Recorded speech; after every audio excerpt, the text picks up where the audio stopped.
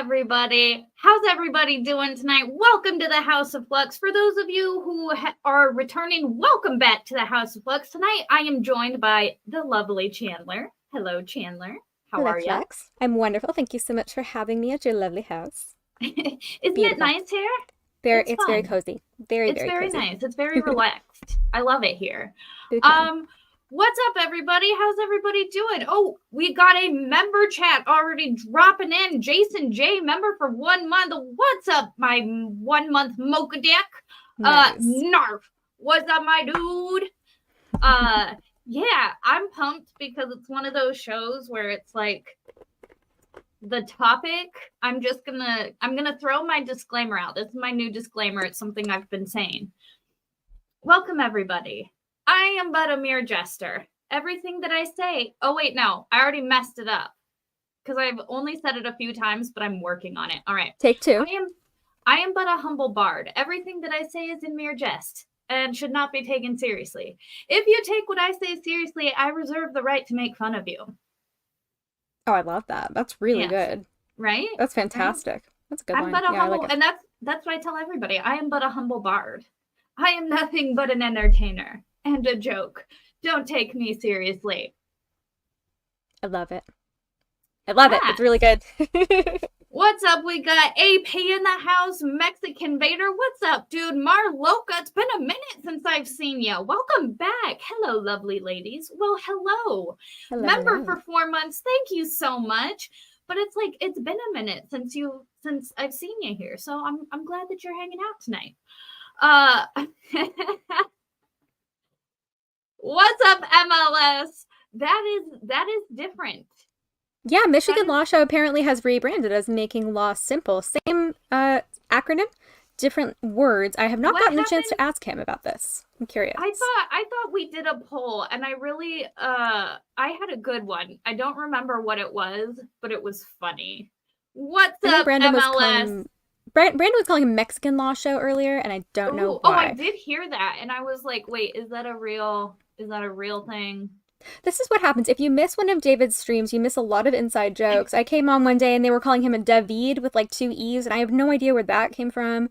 And I was like, do I call him that? David. Do I just call him David? I'm not in on the joke. I'm not sure what to do, so I just call him Dave. Right? Love you, Dave. Happy to have you here. Which, by the way, I'm pretty sure I'm pretty sure I'm nervous because, well, I know I'm nervous, but I'm pretty sure our first court hearing is gonna be sometime in September. So, what do you mean our first court hearing? Who's for the trial? My trial. Oh, in September? Yeah, I think the pre-trial hearing is in September. Well, if I'm not mistaken. Okay, it's all happening so soon. Am I able to partake in voir dire? Am I going to be disqualified? Am I too close to the case? I'm not sure how they're gonna. I know they're gonna do some type of jury pool, and I'm like trying. I'm not making any suggestions because I feel like the prosecutor will strike them all. Well, I wasn't a witness. So, I did not observe it when it happened. I was not watching the stream. So I feel like that puts me in a position where I could potentially be a juror. That's true. See, and I think I did suggest you at one point. And then I think I had suggested also Danny on, but then I'm scared of suggesting Danny on because I feel like she, with her new puppy, she might not be the most sympathetic in this type of trial. Well, if any of the attorneys need a paralegal, I'm down to do that. Always happy to get some extra work. Don't worry, I'm not the Joker either. The chat. See, yeah, the chat too. The chat will take over. I agree with that. Yeah, definitely. $5 super chat from Fundian. Mother. Is that how you say it? Yeah. I've been saying it wrong the whole time. I've been practicing because I don't say words right. And I especially don't say this word right. Kaiser pineapple? Kaiser. Oh my God. See, yeah. They were Kaiser Soze. Right? But see, like in the service, I had a buddy named Kaiser. So I'm like, oh, that's like who my mind always goes to. I'm like, no, You just gotta Kaiser, correct. like You gotta the correct your hospital. brain. Yeah, no, I get that. I've learned that I said things wrong for like years, and I'm just like, I don't want to change it, but I, I don't know what to do. Right? Mother Fluxxing Flux Bucks for the Mother Fluxxing Flux. Get in the Fluxxing basement, you Fluxxing Fluxers. Yeah! Nice. Yeah, join Fundying in the basement, because the basement, that's where we got the good stuff down there, if you know what I mean. Wink. Hold on one sec. Where did it go? Don't worry, what is wrong with I feel like my chat is jumping around. Is it? I don't know. My computer was doing something weird. You mean on StreamYard or? On StreamYard, and I have a secondary window with the YouTube chat, the YouTube chat up, and it was like skipping. All right, now that we've thoroughly derailed, which I always love to do. No. Pants are prison. What are you talking? Pants are prison. You better have just accidentally forgotten to put the no sign in front of that little pants emoji. No, he wants me to get convicted and get put into pants. Wait, so I'm sorry, is your sentence going to be pants prison? I think that's one of the sentence options, is that I have to wear pants all the time. Oh my god. And that would be terrible. Lux, this is really serious. Oh god, I mean, if only I was an attorney already, I would so represent you, but I'm not skilled enough, and I don't want you to meet that fate. You know, I don't think that I'm qualified. I'll support you any way I can, I promise. No pants right? For you. That's terrible. Like, that is such a terrible punishment for, like, even if I had to wear pants for a solid week, that is horrible. I had no idea. Who wears pants for, like, I mean, obviously you would change your pants, but that means like pajama pants, sweatpants, jeans, like 24/7. That would suck. Yeah, I would. So like, you know how we've talked about like how like I'm kind of like a girly girl, like I live in like dresses and skirts throughout the summer because I hate pants. I really do. And it's an option. It's possible. Oh, apparently the stream is already skipping. It's skipping? What? It's because it's a joke. Happening? Everything that we're talking about tonight is a joke. You guys don't already need to be messing with my stream. What's happening? I'm really confused. Sadie gets it. No pants. Thank you. Thank you, Sadie. It's the stream is, I think I don't know what's going on. It's fine. It's fine with Chandler and I. Like, and I keep like checking Chandler to make sure. I'm like, no, her conversation and my conversation is perfectly clear. Mm-hmm. But this is because I'm telling you people, they are watching. I'm totally not a joke, guys. The government hates people talking about the dark side of it. You should have just titled this like kittens and puppies, and you know. Well, and that's why, guys, I am just a bard. Everything that I say, I'm joking about. You can't take this seriously. Don't mess with my stream, because it's like, you know, no, the stream is definitely skipping, and it's because they're watching and taking away my bandwidth. Apparently. Oh God, I'm so sorry I had to do that. So this morning, when I was on OJ. Oh God, Chandler, I love you so much. You are the other version of me. Really quick, Nathan C. Our newest Mocha Dick. What's up, my dude? Thank you for becoming our newest Mocha Dick, even though the stream is skipping badly already. I'm so sorry about that. Welcome, Nathan. Well, welcome to the Mocha Dick status. I love all my Mocha Dicks. Oh yeah, it's sexy over here. It's a good place to be. Oh, absolutely. Jonah Krylo in the house. What's up, my dude? Oh, we got Legal Vices in the chat. Good morning. Whoop. Sorry I'm late. What did I miss? What's that winky face about, Jeff? I wonder why he was late. Let's see. Chandler. But yeah, no, you missed that they're already messing with my stream. Yes. Which is dumb. I don't know if it's the NSA, the CIA, the FBI. I don't know who is tapped in. Also, Chandler, shame on you. The CIA, shame on you. What'd I say? What'd I do? So, earlier in your stream, I was late to the party and I had to be on the replay crew. And I was rewatching Chandler's stream, and throughout her whole stream, because I missed it, I'm like, oh my God, I'm live chatting her through text. It's Because really I'm cute. like, Chandler, You had really good comments, what do you too. mean the CIA maybe had something to do with JFK? Oh, they definitely did. Did. Oh, that's why you were mad. Yeah, no, they totally did. I was just kind of being a little like tongue in cheek about it, like wink, wink, nudge, nudge. Like maybe. You're like, I don't want them to start messing with my streams. Like maybe Tupac Shakur is still alive and living in the Poconos. Maybe. It's true, because I do hear down in Florida they have healing waters. A life sentence of curse you, AP. No, I can't curse you. No, screw you, AP. No, not lifelong. Wait, where did that one go? Wait, why can't you curse AP? I don't understand. No, because I would never put a curse on somebody. Well, do you have witchy powers? Can you put are you? I don't think I'm witchy, but Danny says that I have magic. So I'm like, okay. She's magic herself. Some kind of Stevie Nicks thing. Yeah. Yeah. We're all magic. Witch. No, I think it would be fun, but no, I don't. What? Making law simple. What's up, Dave? Oh, hey, member for 4 months strong. Hell yeah. That's what I'm talking about. Oh my goodness. And look at my newest basement dweller.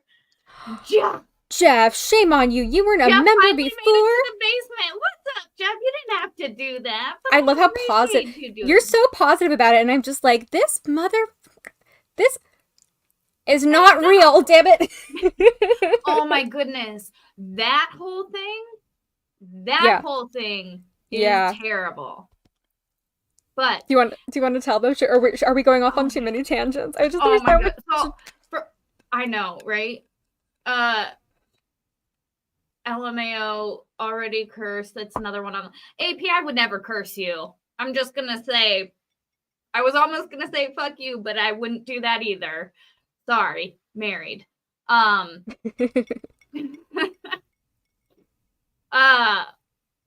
anyways, back to the topic at hand. But did you know that the CIA literally coined the term conspiracy theorist after the JFK assassination, when people refused to believe the Warren Commission because they said it was stupid, because it was? So that's when the first like, conspiracy theorists that was the name given to people who didn't believe the Warren Commission. Huh. Yep. Yeah, well, I have a lot of feelings. How stupid do they think we are? I mean, they think we're really stupid. Because to be fair, most people are stupid. I'm going to just be honest. That is my view on humanity. Most people are pretty stupid. There are a lot of intelligent people out there, but it's not most people. This is what I say. People are stupid. Yes. The person is intelligent. But people are stupid. The person is intelligent. Right. That's what I will say. 100. I mean, look at what happened in 2020. Yep. The people are stupid. Yes. Yeah. Also, people are terrible, but there are individual people who are just wonderful. Like. Yep. Oh, thank you. Hey, we don't use the term conspiracy because that is a term from the CIA. We don't identify as that word here. Here, I did not know we are that was a CIA conspiracy thing. analysts. That is really strange. So they came up with that sort of like as a way of debunking people, of discrediting people. That makes sense, because if you come up with a label and it's sort of derogatory, I mean, that's really fascinating, because I love learning about like linguistic stuff like that, the power of words and the way that words can have an impact on the broad populace to the point of gaslighting an entire generation. Like, damn. Oh, absolutely. And what I like to do here is just go back in history and just look at all the times the government has gaslit us. Excuse me. Like there have been so many times where the government is just like, hey, fuck you. And then, no, we never said that. What? No, you're dumb. You're Oh yeah, dumb. like do you know Jared Diamond who wrote Guns, Germs, and Steel? No. He's this author, and he exposed a lot of secret CIA projects. And there was this one project. See, for me, learning about Operation Paperclip, that was the end for me. I was like, screw the government. Oh, Okay, fuck the government. Like that. That just right? made me lose my faith completely. And I don't know if there's this lady whose name is Annie Jacobson, I think, and she's written all these books. She's awesome. She's gone on Joe Rogan's podcast, but Jared Diamond wrote Guns, Germs, and Steel, and I'm pretty sure that that was the book where he exposed. They did this thing where they covered light bulbs, or they created light bulbs that contained a virus, and they would break them on New York City subways so that they could test the spread of some viral biological warfare kind of thing that, wouldn't kill you, but it would make you really sick. They wanted to. And the thing is, there's no way to test that because it's not like you can track all the people on the subway, So they were basically just infecting a populace with some unknown bacterium that could have been very harmful with absolutely no way of figuring out what the repercussions were. So, yeah, I don't trust the government. I have a lot of distrust in the government. Yeah, there's a lot of reasons to distrust the government. And I mean, we can definitely go back in time through all of it. And it's one There's of those so much. things. It's one of those things where it's people in power trying to stay in power. And I don't know. So like what we're discussing tonight, Building 7. Like, what knowledge do you have of Building 7? I have zero knowledge of Building 7 that I know of at this moment in time, but if you started to talk about it, I'd probably know exactly what you're talking about because my first boyfriend was a conspiracy theorist and I learned all the stuff that was available in like 2008 or something. Like it was deep. It was like New World Order, David Icke, lizard people, Anunnaki, a lot of stuff. Wow, I learned it all. All of them. I mean, I learned, I was very, he was very immersed in that. I was kind of like, I don't know, Have you ever heard of Project Bluebeam? Yes, I have. That one's fun. That one's fun. I haven't done a deep dive on the more recent stuff, but Building 7, I think that you know way more about than I do, and so I want your take. See, and here's the thing, like, I know basics, but I figure tonight we can definitely deep dive a little bit into it, maybe a bit more, because it's one of those things where I know all the surface information, but I want to know more. Because I know, like I said, so for Building 7, it wasn't hit by anything. It was just fires started because it was close to the building. And so fires started on several floors. And it was one of the first, quote, tall building, or it was the first, quote, tall building in history to ever fall just on fire damage alone. So I want to understand. So Building 7 was, was it close to the towers? Was it, I do have hold on. I had it at the Pentagon? No, it was in New York. It's not too far from the actual, like, because it was Building 7, because the World Trade Center, it was like a complex of building. And so each building, I can't remember the main two that fell. But they all had all the buildings had numbers. And so this one was just Building 7. And I will show you.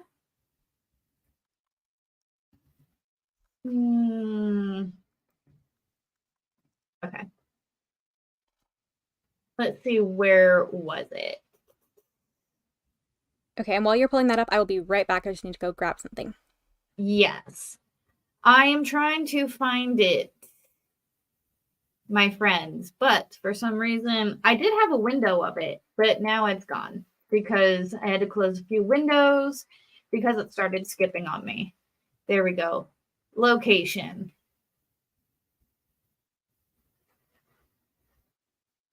See, that doesn't make sense. A video of Building 7 collapse was on video. Interesting.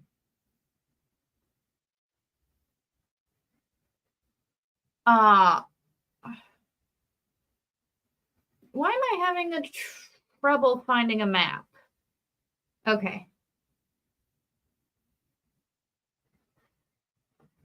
What was the two that fell? Why can't I remember their numbers? Was it 5 and 6? No, it was you're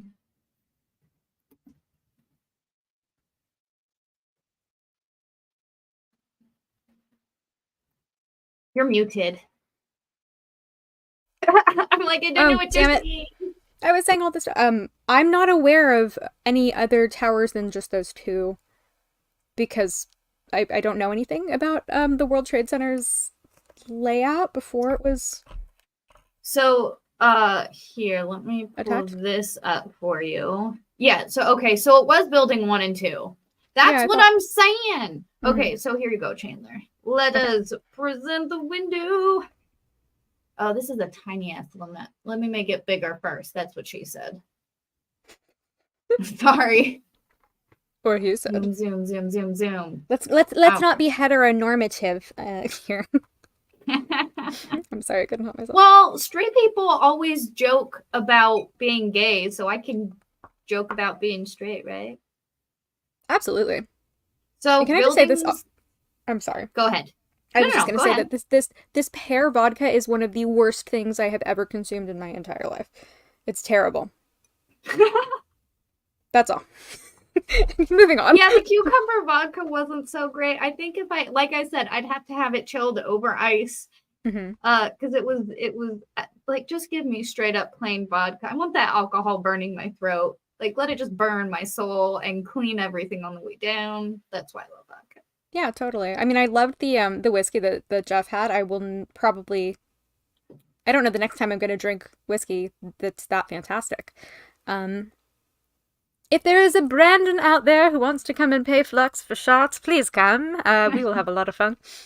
I'm paying my dues. Century Fox, so this is going to make me reminiscent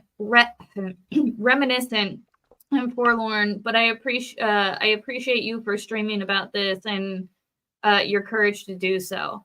Thank you. I am sorry for anybody watching that, was affected by this personally. While I do say this is a joke, this is stuff that I do believe the government has had their hand in. And this is something that needs to be brought to light. Joking and not joking, if the government, if anything, it's stuff like this that we need to look into to check our government. Because a lot of stuff went missing from Building 7 specifically.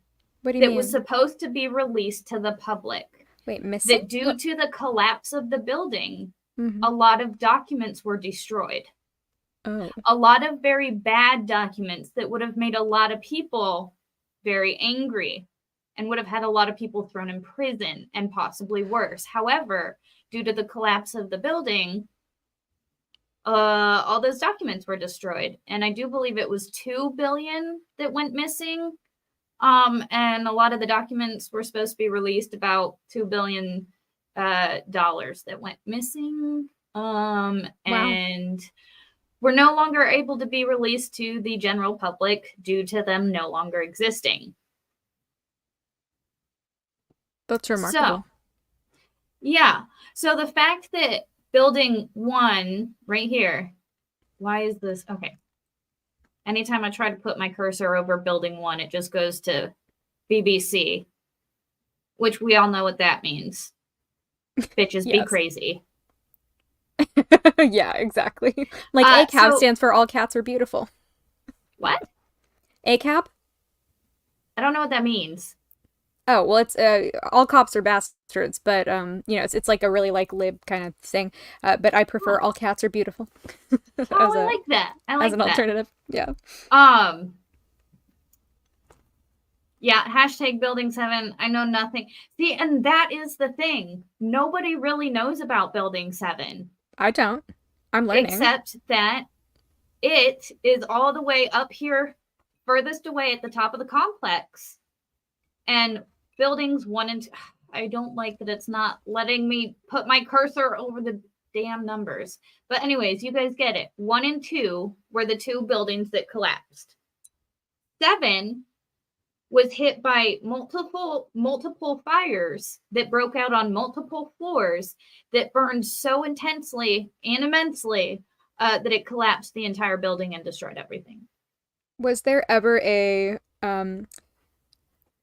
forensic evaluation done as to what caused the fires? Was it the trajectory from I'm glad you asked. Debris from one of the plans or one of the buildings? I'm really curious. I want to know. Yeah. So let me just pull this. I actually have an article, and this is one of my favorite because let's go. There it is. The biggest 9/11 conspiracy theories debunked. So I love that it's like debunked because I mean, obviously we read what they say is debunking it and you're like, really?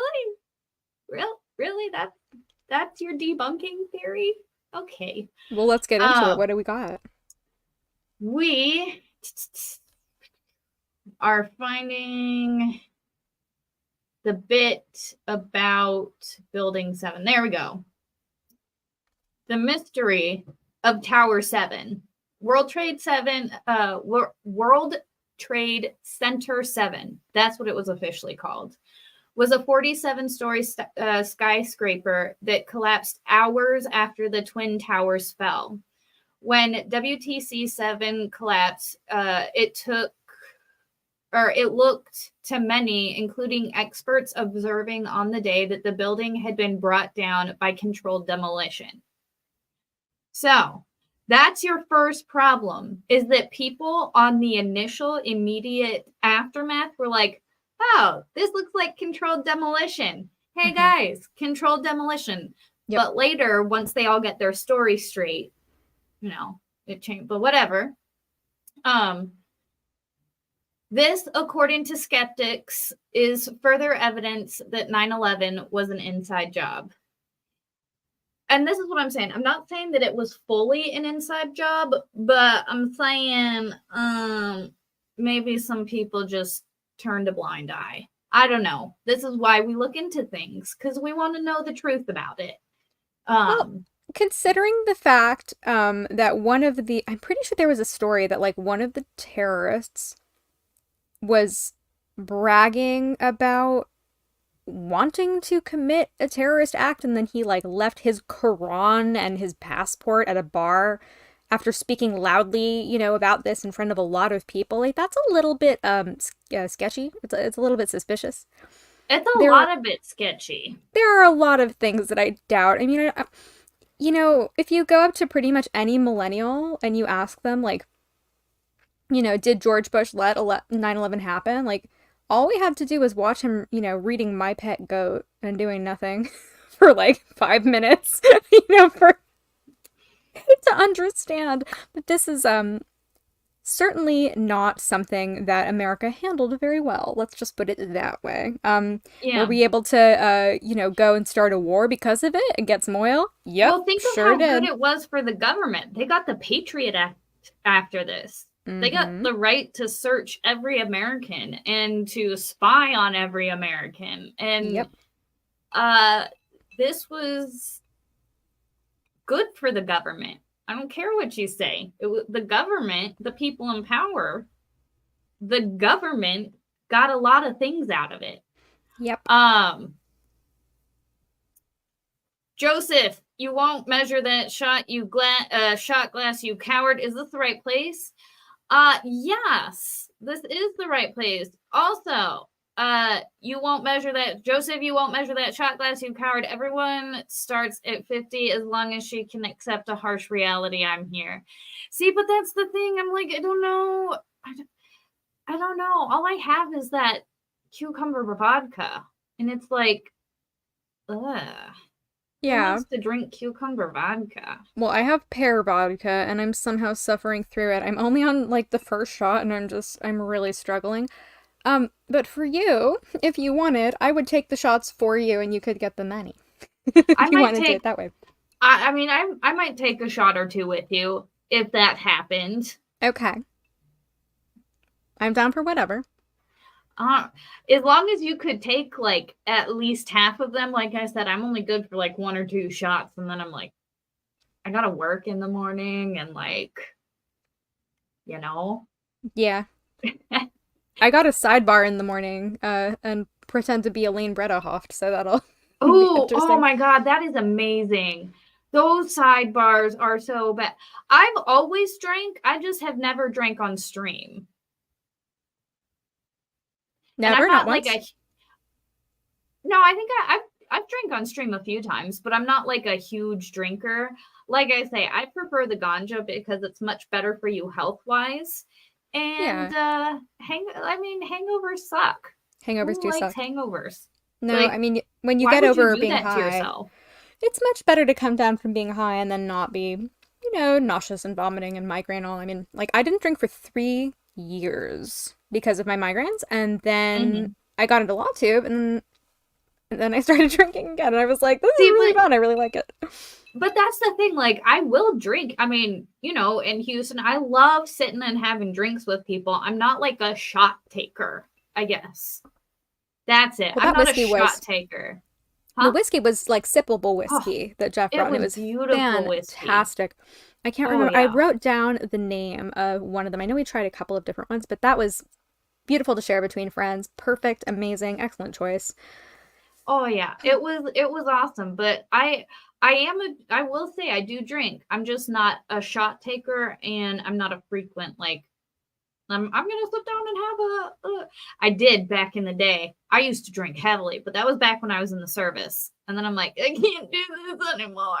Yeah, I've gone through phases. I mean, it's, I go back and forth. I prefer to drink less, but I also like having fun a little bit. I'm going to a wine tasting this weekend, actually. Ooh, wine tastings are fun. It's going to be really great. I'm going out with a bunch of friends. We're, like, driving out to this little vineyard area, and we're going to do, like, a whole thing. We're going to do, like, barbecue and swimming, and, just, like, it's going to be a really fun little weekend. I'm very much looking forward to that.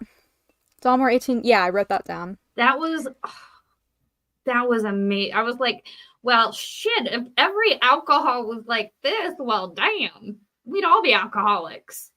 Yeah, it was very, very good. Whiskey. It was good, and then I came home and I only had Bullet bourbon, and I was like, oh god, what is this? See, yeah, I'm like, the last thing I drank was that whiskey. So to go to, like, my cucumber vodka, like, that's just such a downgrade. I love that we both had, like, weird vodka flavors. It's gotta be, like, a California girl thing, maybe, or just a girl thing. Yeah, maybe. I don't know. I made a terrible choice. I don't know why I picked pear. There were other flavors. There was, like, a mandarin one. That would have been fun. I don't know. I just grabbed it. Because I got vodka because Gosney wanted to make Moscow Mules. Ooh. And I think Brandon was saying that he had, like, a mango vodka, and it sounded really good, and I was like, I should get a flavored vodka for this Moscow Mule. I think that pear would be delicious. I'm sorry, I don't mean to interrupt your story, but look at the ad on the side. What's going on? What are we looking at? Hold on, let me see. Can I make this full screen? How do I make this full? Nope, that's the wrong one. Oh, my face is huge. Oh, what did I do? How do I fix it? I don't know. Why doesn't it just go back to normal? I don't know. I'm really small, and I don't know why. There we go. You see that now? That ad that's there on the side? Which one? The surprising ancient history of sex toys. No, I don't. This one, right? Oh, you can't see it. It's the one in the middle. I can't see it. I don't know what you're looking at. Oh, well, that's good. Hopefully nobody else can see it either. Maybe it's just on my screen. It looks like it's on. Oh, wait, hold on. Oh, no, it's definitely there. You got to look at that middle picture. Okay. The surprising ancient history of sex toy. Ooh, wow. Do you see it? What it is? I mean, Taylor Business would probably like, what? That's pretty. Yeah, it's a very. What? It's quite long.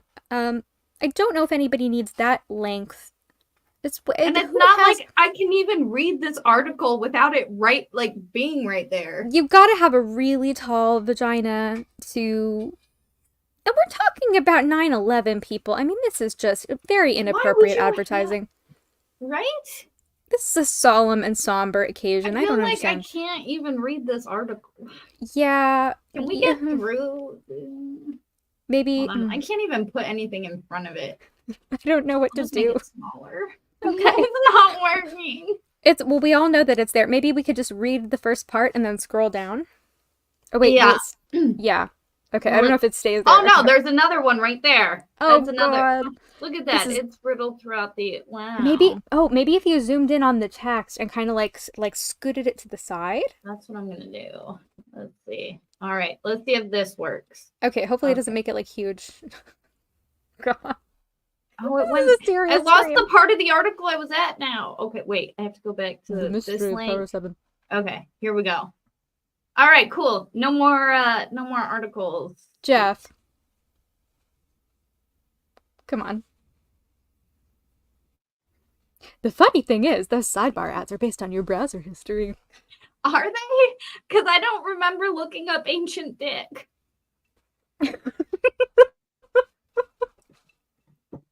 You don't remember? I don't really think my search history at all. I'd have to. I'm not judging. I mean, I'd have to call you on that one. All right. Oh my god. Oh god, this dog has the worst thing I've ever tasted. Okay. Sorry. If you think 9/11 was not an inside job, don't look up Operation Northwood. First time you miss. First time super chat for Miss Flux. See y'all with racket.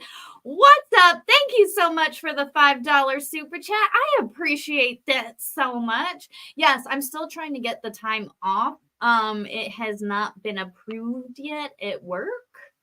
So I'm just trying to make sure that's in order. Are you going to go to Nashville? Ooh, I didn't know that. You're going to Nashville? Well, I want to try. That would be awesome. I don't think I'm going to get the time off, to be honest, because I put in the request like a few weeks ago. And I'm like, hey, did this get approved yet? And she's like, didn't you just leave? And I was like, kind of. Oh, no. I hope you do. $10 super chat. Thank you so much. I don't know how to... Abreu? Abreu? How do you say? Abreu? Abreu? Is that it? Abreu? I am not sure. I'm just guessing. That's what I'm going to say. Abreu, thank you so much. If it said different, just let me know. I'm bad at names. Thank you so much for the $10 super chat. Hello, lovely ladies. I'm really enjoying this stream. Thank you. I appreciate that. And I'm so glad. Valhalla waits with a 3-month member super chat. Flux, love you, beautiful little weirdo. You know what, girl? I love you too. I love you. Val's my girl. I love Val and I love Flux. Y'all search for aliens. Yeah, it probably comes up with like the ancient alien stuff. Yeah. Not gonna lie. Makes sense. So yes, we're gonna read. I found this article and I loved it so much because it lists every single red flag, and then at the end it's like, yeah, no, but this government commission said that it was just fire, so it's just fire. Yeah, right. And I'm like, oh, I totally believe you guys. Yeah, I mean, they're trying, but, they're not trying very hard. So they're kind of laying it all out there for you. Yeah. So it says, what happened to Building 7? Building 7 was a 40, I think I read this already. Oh, no, I didn't. 47-story skyscraper that formed part of the World Trade Center complex.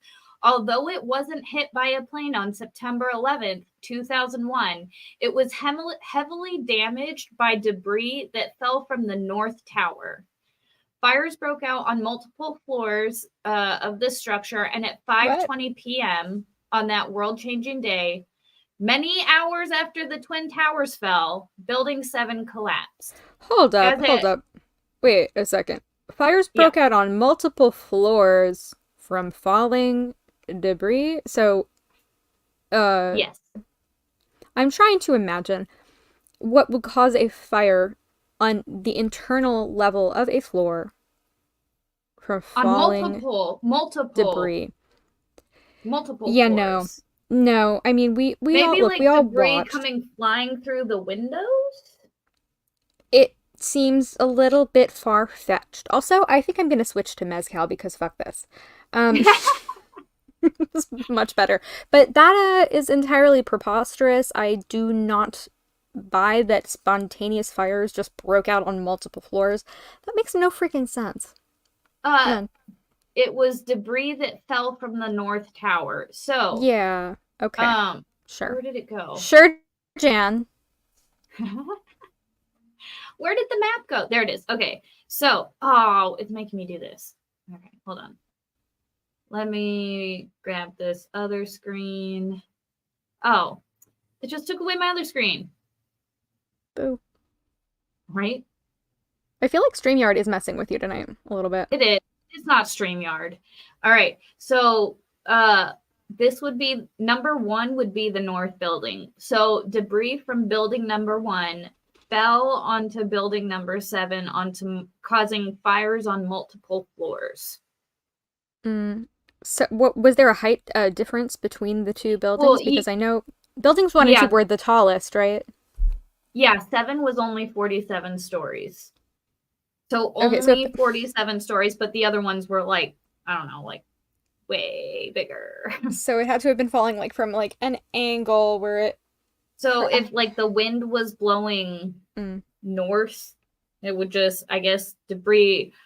I mean, why wouldn't 6 and 5 catch that debris? Good question.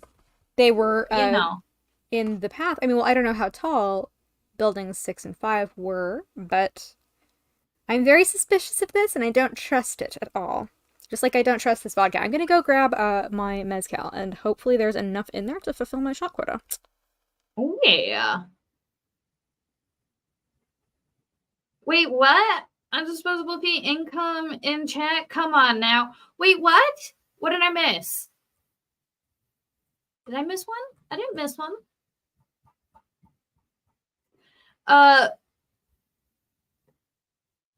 There was no wind that day. Yeah, I do remember all the smoke going like up. Maybe a little north. I don't know. Building 7 was solved before the twins. It had more than one boom.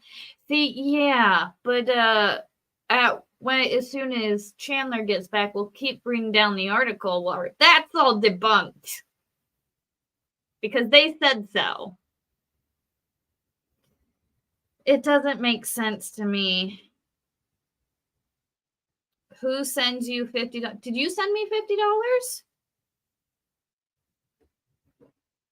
$50? Did Chandler get sent $50? I think Chandler, did you get sent $50? You're muted still. Damn it. No, I did not get $50. He's saying, I will send you $50, then you get to drink twice or Chandler gets hammered. I mean, I will take 2 shots tonight. Reasonable. That's my limit, 2. And fair. See, I just like to know my limit. 2, I think. Yeah, I have 2 on the books. I drank 1. And I have another, and I cannot overemphasize how much I love mezcal, so I'm going to do mezcal instead. Ooh. And we are going to, I guess, continue. Pandayan with a $5 super chat. I can explain it. Too long to type it out, though. This is one subject I am well versed in because my adopted dad was the first one on scene at the Pentagon. Ooh! Are you on Twitter? Send me a Twitter. Send me a Twitter in a free time, and I'll schedule. We'll schedule a sit down with you. Right, Chandler? You'd be down for that. Yeah. Cool. Sure. I'm volunteering you. You're going to be down for that. Thank you so much for that $5 super chat. Where did all the lawyers go? See, that's the thing. Like us well, at least I'm a regular person. So I'm a regular person. I can't like drink like that, man. Like, don't get me wrong, I'm down for a party, but like I'm just a regular person. I like the idea that like you sit for the bar and then suddenly your liver becomes just way more like capable iron. of handling alcohol. Yeah, it's just something like you get your JD and then like suddenly you have this superpower and you can just drink like all you want. Oh yeah. I feel like, I mean, shit though, that whiskey was good. I think I might need to try whiskey more often because I love whiskey. Don't get me wrong, I've always been a vodka person. Like, Polish, that's what we drink. But I don't know, man, whiskey. That whiskey was good. And then I had some Basil Hayden a while ago and like, that's nice too. Absolutely. I'm far from regular. Thank you. I appreciate that. Regular. Yeah. When I say regular, I mean non-lawyer. I'm pre-law. Yeah, I'm also pre-law. I feel like if you study a little bit a lot, like your superpowers increase. And so I mean you had your bachelor's in criminal justice. Yes. That. So I feel like that gives you a little bit of a superpower. Well, see, and I've studied I've studied like obviously it was the policing side more so. Wait, where did it go? Which is an integral part of the criminal justice system. I took a particular interest in the court, in the court side of it, because I ultimately wanted to get my degree and go to law school. But then, I got sent over to Europe for 9 months. It kind of ruined my plans. But yeah. Law school is always there. Back to the building 7. Yes. So yeah, that's in relation to where it was. Building 5 and 6, and then building 7 was behind them. And then it goes into the I love it so much. The conspiracy theories. I would love to see an animation. Like, let's say that it really did happen that way and there were multiple fires on multiple floors. Can somebody show me how that would have happened? Because it seems kind of freakish and like against the laws of physics. Like, maybe there's a way, but I would need to see it. Well, there are several reasons why conspiracy analysts have fixated on the collapse of Building 7. One is that it collapsed at all. The fact that it collapsed at all, despite not having been impacted by a hijacked plane. Yeah. They point to the fact that even the authorities acknowledged that Building 7 was the first ever tall structure to collapse as a result of fire damage alone. Yeah. Interesting. Interesting. There's also the thorny issue of Building 7's tenants at the time of the attack. And this is where we get into the more nefarious side of things. Oh, okay. Much of the building was leased by the kinds of tenants that you would expect to see at a World Trade Center, such as American Express, investment banks, Salomon Brothers. However, certain floors were taken up by the U.S. Secret Service, the U.S. Department of Defense, and the CIA. No kidding. What a coinky-dink. That is, right? Wow. I mean, it's too bad for those guys. Right? Yikes. Just so happens Just so happens, according to CBS News report published a few months after the attacks, a secret office operated by the CIA was destroyed in the terrorist attack on the World Trade Center, seriously disrupting intelligence operations. Oh, that's a shame. The station was a base of operations to spy on and recruit foreign diplomats stationed at the United Nations while debriefing selected American business executives and others willing to talk to the CIA after returning from overseas. Interesting, right? Interesting. Yeah, interesting. Sure, for sure. Another major red flag. I love that they point this out. Another major red flag in the eyes of conspiracy you like how many times they say the word conspiracy theorist like it's something that's conspiracy theory, like crazy people. Yeah, crazy people. You're just like, it's like that guy that like he's wearing a straitjacket and they're like pulling him back into the, behind like the hospital doors. He's like, I'm telling you, lizard people are real. It's that kind of thing. Wait for it, Chandler. This is the best part. Okay. The other major red flag is that the BBC reported the collapse of Building 7 almost a half hour before it actually fell. Oh, this is a verifiable fact. And footage can still be watched on YouTube of a BBC journalist, Jane Stanley, discussing the building's destruction while it still can be seen standing in the backdrop. Okay, quick question. Okay. Shoot. Okay. Go for it. So playing devil's advocate, which I love to do, is there a possibility? So I don't know what other buildings were destroyed during the attacks. No other building fell. It was just 1, 2, and 7? 1, 2, and 7.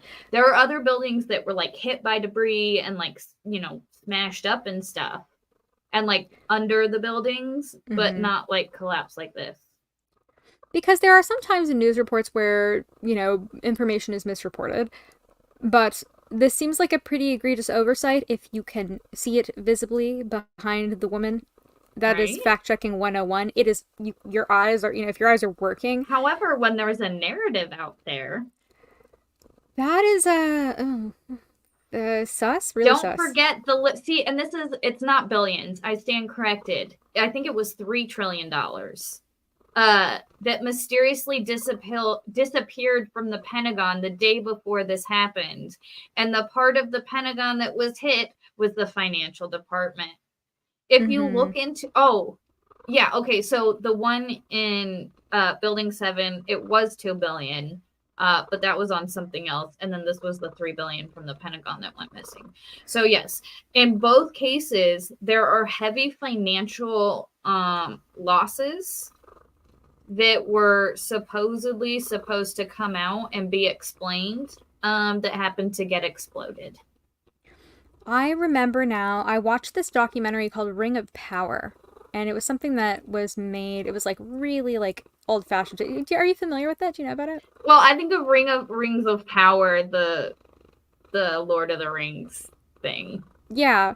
No, I mean, it was narrated by this woman, and she was talking about basically just like, all this New World Order stuff, the Rothschild family, the Bohemian Grove, all of like the rituals and the, satanic stuff and whatever. And they talked about this kind of stuff. And I remember there was mention of, I think it was the Bush family in particular had traded a lot of stock options right before, like they sold all their stock in American Airlines or something like, the week before this happened, something like that. I don't know if I'm correct, but I'm almost entirely certain that that was a part of it. Is your cat like sitting on your lap? Yeah, he came to sit in my lap, and he's not buying any of this either. He's purring. He's very content because he's very anti-government, and he's content in knowing truth. What is that? and then I'm like, oh, that's a cat purring. It's Sebastian. Yeah, hi. Oh, so happy.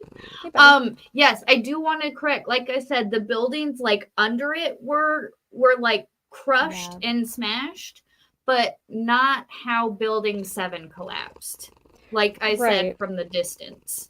Yeah, like systemic, like because when like the other ones are explainable because they were under the World Trade Centers. They weren't like buildings a few buildings away. Right, but like when you watch buildings 1 and 2 collapse, it looks like controlled demolition. You know, it looks like the floors are just going, you know, like collapsing, and it looks like there are explosives on multiple floors. That is very visibly obvious and overt. Yeah.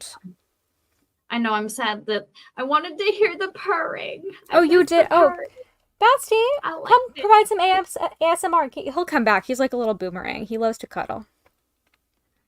But no, the buildings under the World Trade Centers, yes. But in how the fact they're saying that due to the collapse and the debris, that Building 7 was destroyed in the same way, which that's where a lot of us take umbrage. Yeah. Umbrage is an excellent word. Yeah, no, fires on multiple floors. I'm not buying that was from the other attack, especially considering who was located there.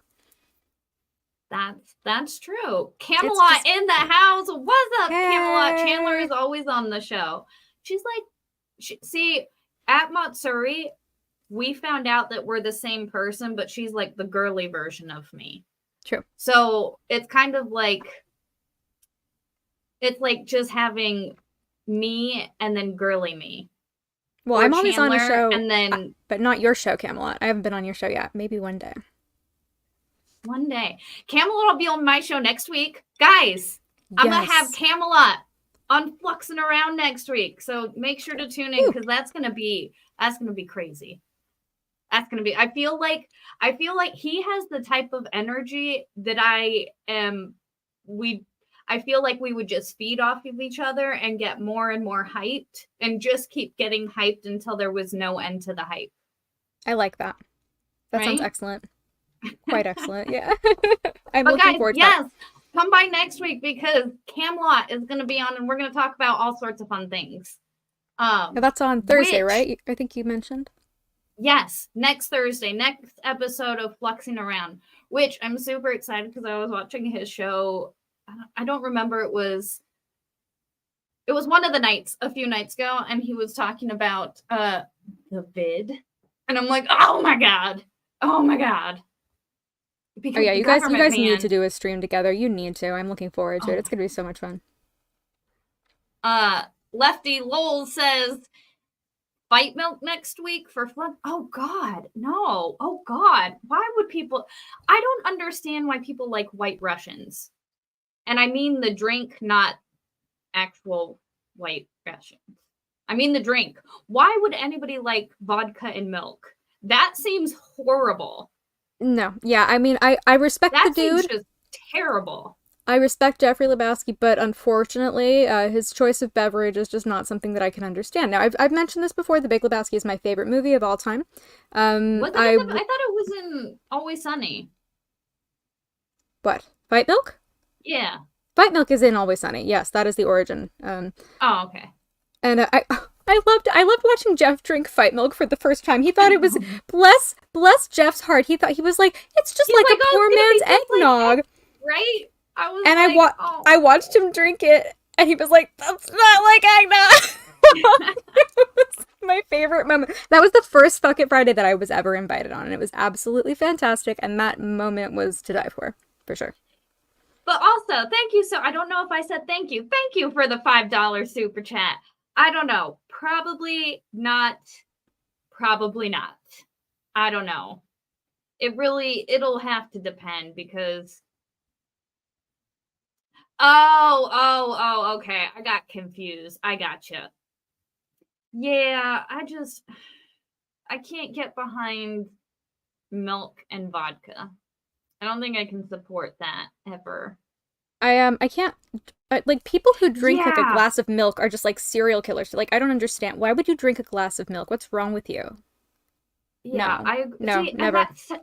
Jeff drank 7 of them because Mm-hmm. he just Mm-hmm. whipped them all up and then just kept pouring himself. And I'm like, oh my god. Yeah.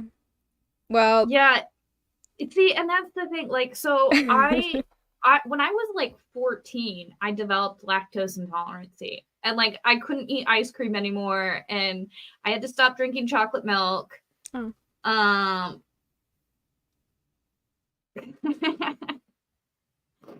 I can get behind Flux though for thing. That just makes me think of you've seen God, I keep wanting to say Bill and Ted's Excellent Adventure, but it's the other one. Wayne's World. You've Of seen course. Wayne's World. Yes, Okay. absolutely. Okay. I just want to make sure because sometimes your movie choice, it gets me a little nervous. Dude, we were in the hotel, remember, and we were talking about something really important, and I don't remember what it was, but I bowed down and I went, "We're not worthy." Dude, obviously, I've seen Wayne's World. Okay. Wayne's World is one of my favorites of all time. You know, back when I was in high school, like, okay, I know, growing up in California, growing up in SoCal, I feel like there's a stereotype, and I feel like that stereotype is probably accurate. Mm-hmm. Where we're all just like, during the summer, we're all messing around, like just driving around in our cars, like hanging out at the beach and shit all the time. Yeah. And we would always, like, at one point, I remember we were driving down to the beach. It was just like a convoy of us kids. And when I say kids, like, 16, 17, 18-year-olds. Yeah, I remember those days. Yeah, we definitely pulled up to our fair share of cars and asked if they had any Grey Poupon. Oh, man. My mother still does that. Oh.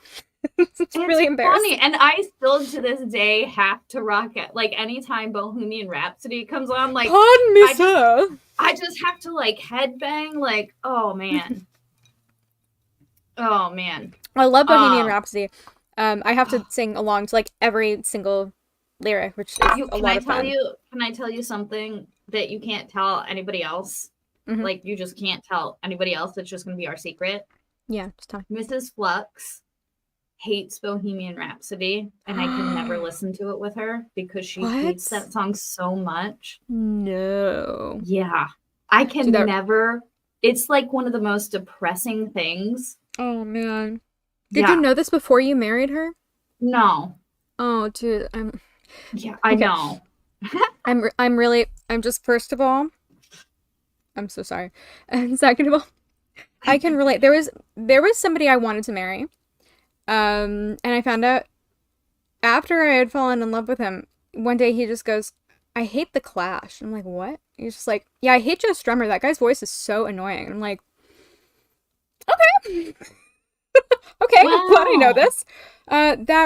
This was in stark contrast to my ex-boyfriend who actually had a Clash tattoo and was obsessed with the Clash.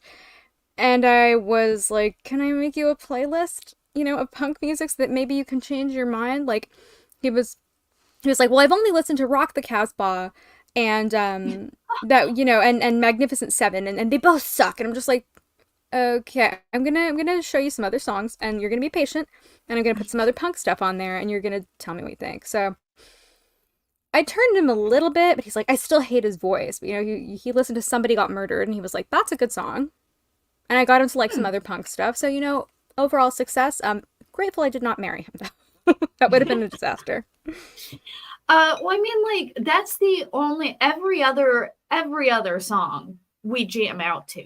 Why did she hate Bohemian Rhapsody? Like, what does she hate about it? It has to do with her past. So, like, I have to give it a pass. What does that mean? I think it has to do with a bird attacked her while the song was playing? No, like an ex played it constantly. Okay. And to the point it's like a where, bad memory. It's a bad memory and like completely killed the song. But I'm like, there's literally like 17 different genres in 12 minutes of song in that one song. I'm really, really sorry for your wife because it's a fantastic song and it's one of the all-time classics. It's like, I feel like it's like Bohemian Rhapsody, Hotel California. She hates that one too. Oh. I'm pretty sure she hates that one too because I love that song. Oh, it's so good. Oh, I'm so. But does she Yeah. have good taste otherwise, though? I mean, Yeah, she has off like literally there are so many others. I'm like, I think those are probably the two that she only doesn't like. I'm nobody's trying to perfect, but that's really hard to overlook. Yeah, I mean, I feel like, if you had known this before you got married, I wonder, I wonder if you would it have would have maybe changed my mind. maybe it would have changed the trajectory of history. Yeah, Oh, but but no, like I we love your wife. I literally think she's really, really wonderful and really sweet. So I can overlook it. But but see, and that's the thing. We can literally we will just jump right into another song. Like Mamma Mia. I can sing ABBA with her anytime. And okay, I like, can I tell you, I hate ABBA. what is wrong with you? I Do mean, you like music? Like I you love hate all ABBA? I don't hate all ABBA. But like I can't enjoy ABBA unless I'm watching it being lip synced in Priscilla Queen of the Desert. That's the only time I can enjoy ABBA.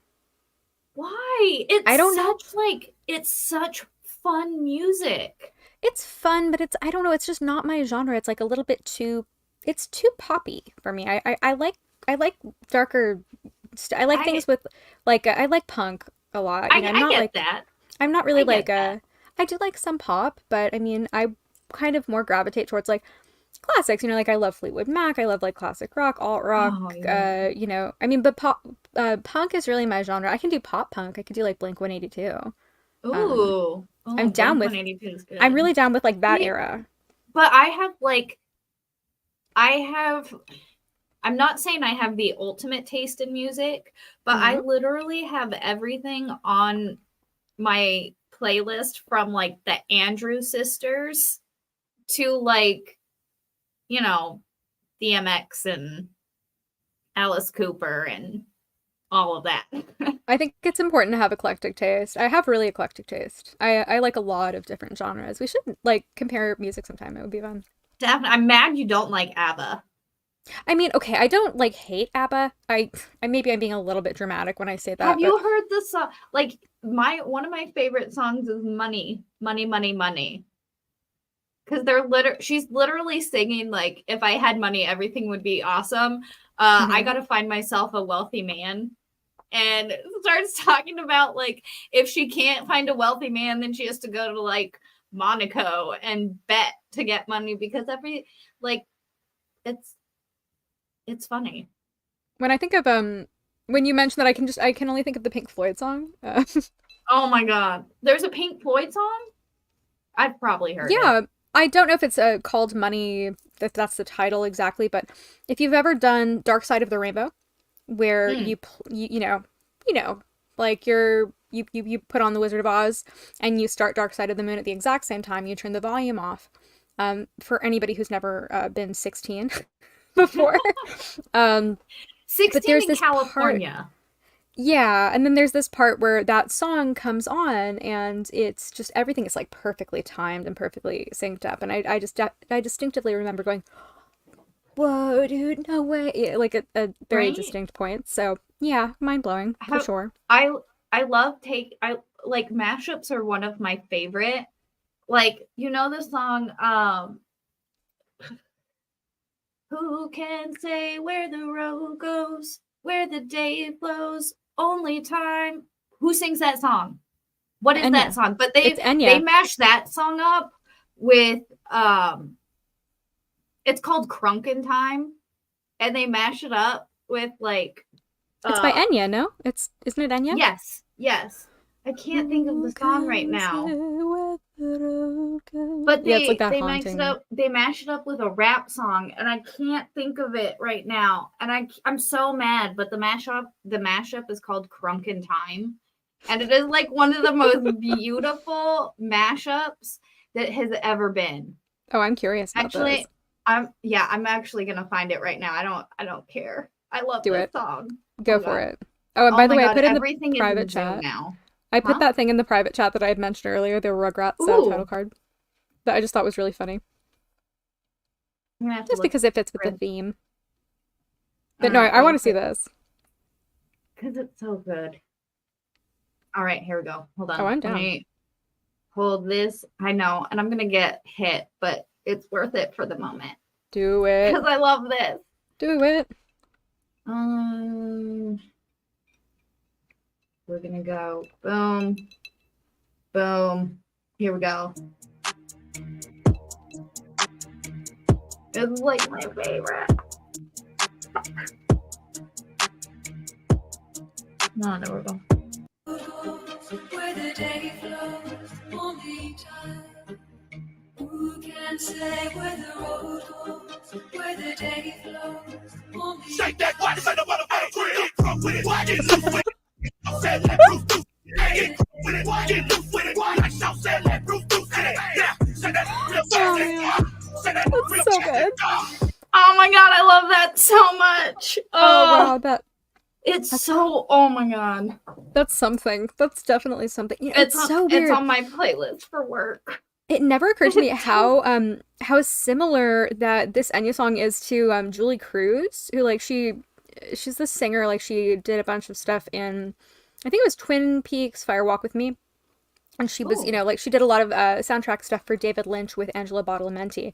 And I feel like there's a similarity there that for some reason I only noticed in this mashup, and I don't know why, because it's not like Julie Cruz gets crunk.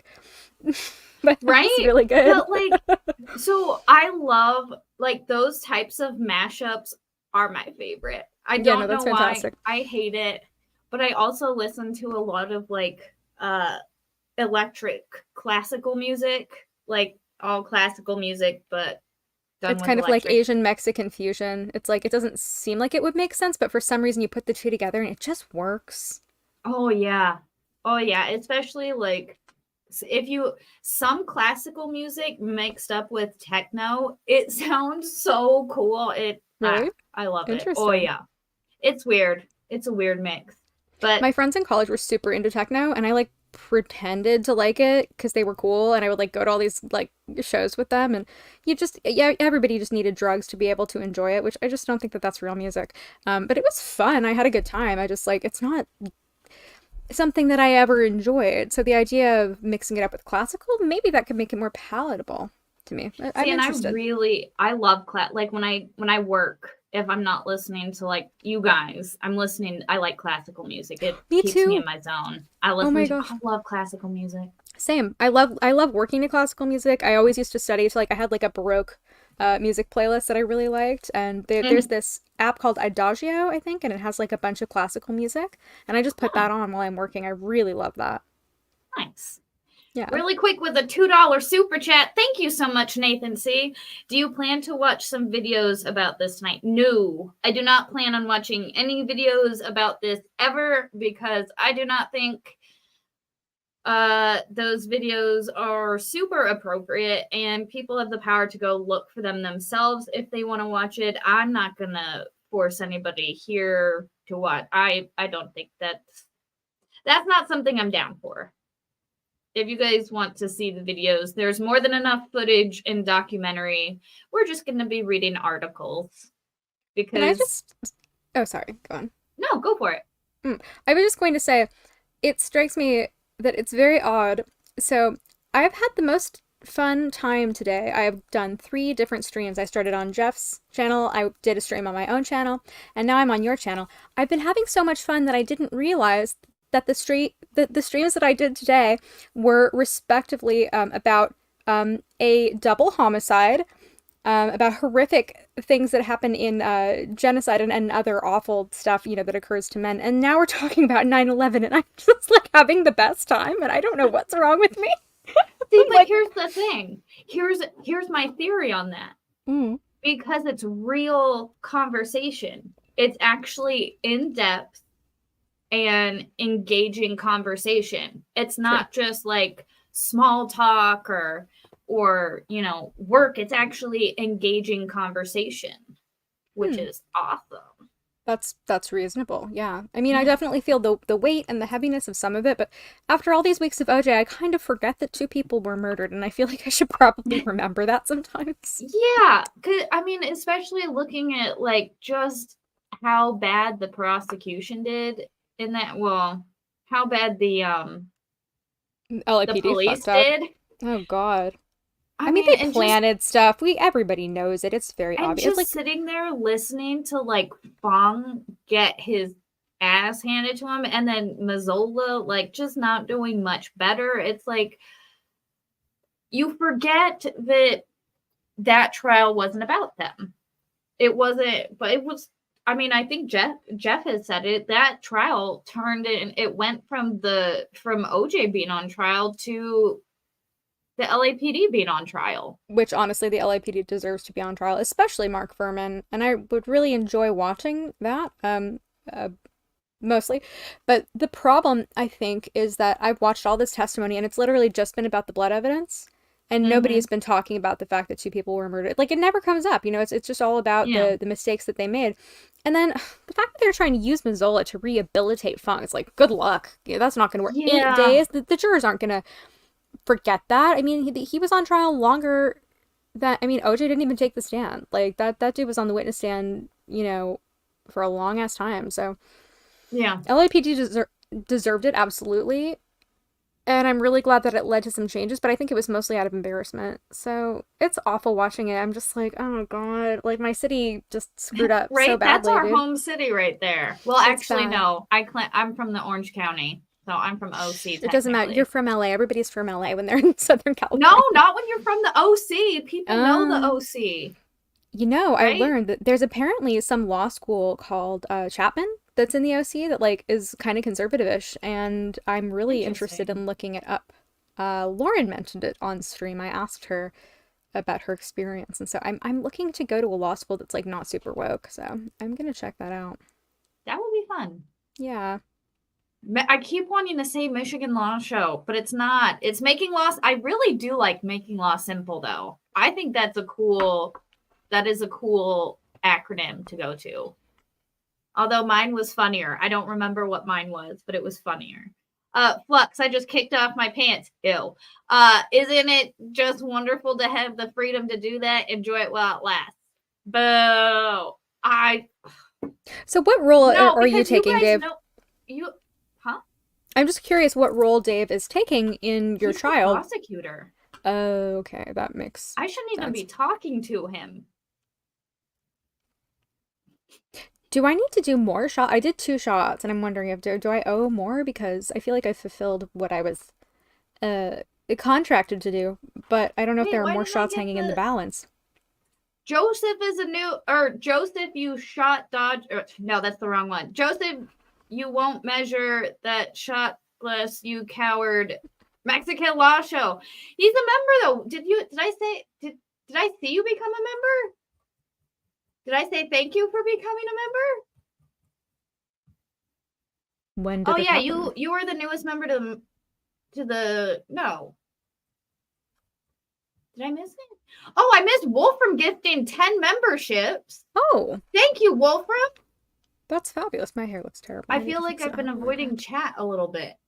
How do you pay attention to chat while you're running a stream? I'm really bad at it. I'm like ignoring everything everybody's saying. It's kind of like, I don't know. I've gotten a lot better. Oh, somebody gifted it to me. Wolfram, thank you so well. And now the chat disappeared, so I can't see it. But Wolfram gifted 10 memberships. Thank you so much. Thank you so much. So much. I was going to say for the Mocha Dicks, and thank you so much for the Mocha Dicks, and it just came out, thank you so much. He says, I don't know how to turn it off. What? Your membership? You want to turn off your membership? That doesn't make any sense. Yeah, no, you don't have to turn off. Oh, he thanked him. Thank you. Servant Bird Flux Capacitor is what makes time travel possible. It is. I'm going to invent time travel one day. Someone tell Flux that's Brandon. It's not Brandon, though. It's Joseph, you won't measure that shot glass, you coward. Yeah, it's a bit of a long, strange name. I think it's a Czechoslovakian, maybe. I'm not sure what the origin is, but everybody who got a Mocha Dick, go ahead and thank Wolfram, because you guys know what that means. You didn't even get a choice. You are now my Mocha Dick by force. It has been thrust upon you. Thank you so much for that. I love it. Isn't it Mocha great? Dick. I'm a Mocha Dick by choice. Cone? Just saying.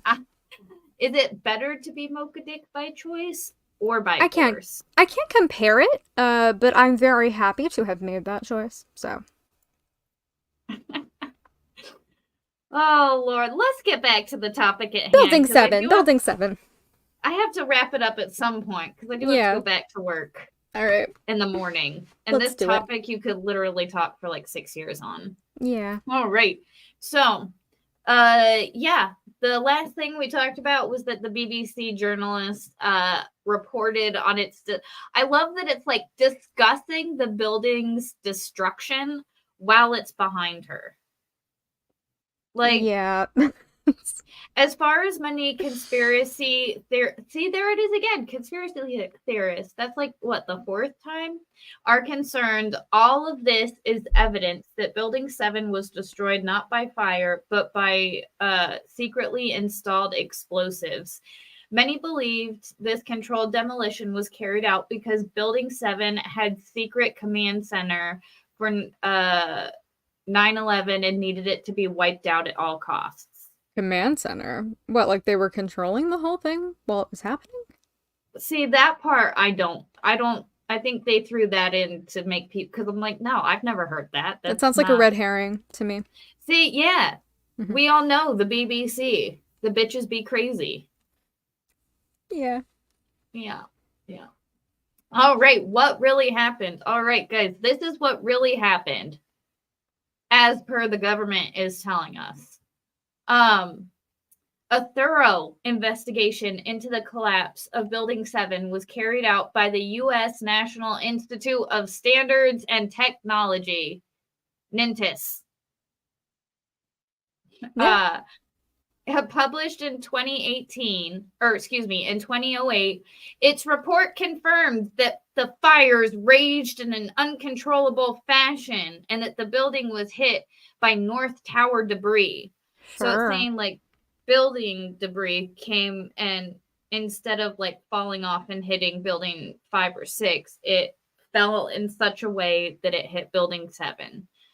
Okay, all right.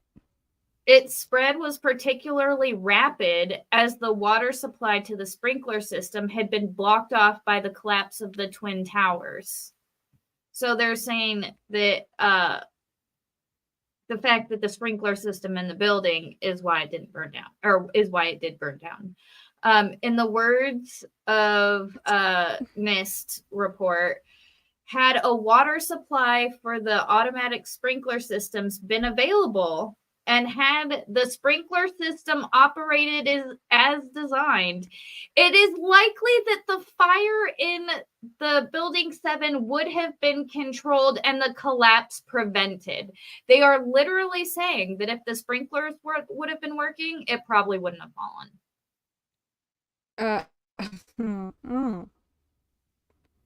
You know, sometimes when something is so absurd, I have no words, so I just kind of make these guttural noises that don't... They just express my absolute confusion. Oh, yeah. And I'm having a moment like that right now. Fundian says, I was the first smoker dick. Yes, you were. Thank you so much, sir. Yes, you were. Yeah, I'm doubting. Elephant says, I'm not. Right? So you're saying that these fires that burned so intensely that they melted the building and like caused it to collapse, is if the sprinkler systems were working, it would have been fine. Sure. Yeah, makes sense. Like, totally. I feel like if a fire was that hot, the sprinkler system wouldn't have worked. It's just very convenient. I mean, why was the water not available? Was it all just being directed to other places? Because it had been blocked off by the Twin Towers. Okay, I mean, maybe that's a little bit more plausible, but still, I'm not buying this either. No. Stray Cat Sway says the math isn't mathing. Sway. No way. Nope, it is not. And I'm not very good at math, but it's not adding for me. Instead, the searing inferno caused the steel beams and girders to thermally expand and eventually buckle. This in turn led to a cascade of floor failures and the building collapsing. So it's basically saying it got so hot it just went and like imploded. Was jet fuel part of that equation by chance? No, this is just it's the own heat from its own building. Like it said fires from there, so in theory, I guess objects on fire with potential jet fuel. I just don't know what that means. Thermally expand and buckle. So like steel can do that? It got hot, so it expanded, and which made it unstable and buckle, and then internally see this cascade of floor failures. That to me says they kind of just fell straight down on top of each other. Like at the beginning when all the investigators and experts were like, "Oh, this looks like a controlled demolition." Yeah, I don't think that's what happened. Okay, I don't know anything about it does steel. expand, but for a 47-story tall building, like, yeah, that's what I'm saying. Like, it would have had to heat, expand, and weaken. But again, like, what the fires from the things falling on multiple floors. No, it was not built before 1850. I believe it was built in I want to say it was like 1947, I think, when I saw it, but I do fact check me on that one because I can't remember. I do believe it was in the mid 1900s though. I feel like I need an animation of some sort. Like somebody needs to come up with, a visual that will explain what the hell this means because none of it makes any sense. It would have to be moving like diagonally. You would think that things would collapse on top of the roof and that would maybe... Well, especially because most of the building fell within the footprint. Yeah, I would have to know the physiology of how everything that is a collapsed. demolition. Oh my God. What are you looking at? I'm watching the video of it falling. Oh, well, I want to see. I don't want to show the videos here, but I will put it in the private chat. Okay. I want to take a look. Because, so here's the thing. I don't know if it was ever a thing. Like, did you ever go watch buildings implode? Like demolitions? No, I never had the pleasure, but I watched Harold and Maude, and that was fun.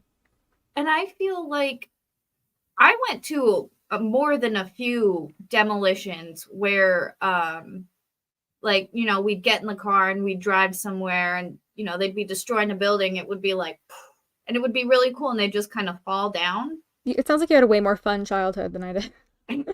Oh, see, and this is like, I'll say it all day. I had a great childhood. Like, my parents made sure we had fun as kids. Like, my dad always liked doing fun stuff with us, like taking us to see stuff like that or like building stuff. I had fun as a kid. Oh, me too. I mean, I loved my childhood. I had a lot of fun, but I never saw buildings collapse. I think it would have been more fun if I did. So I missed out on one thing, clearly. I remember at one point, I can't remember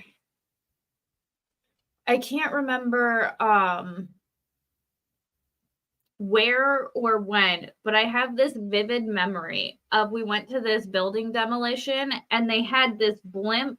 It was just a giant blimp. It wasn't a real blimp, but when it like hit the building, that was like the trigger.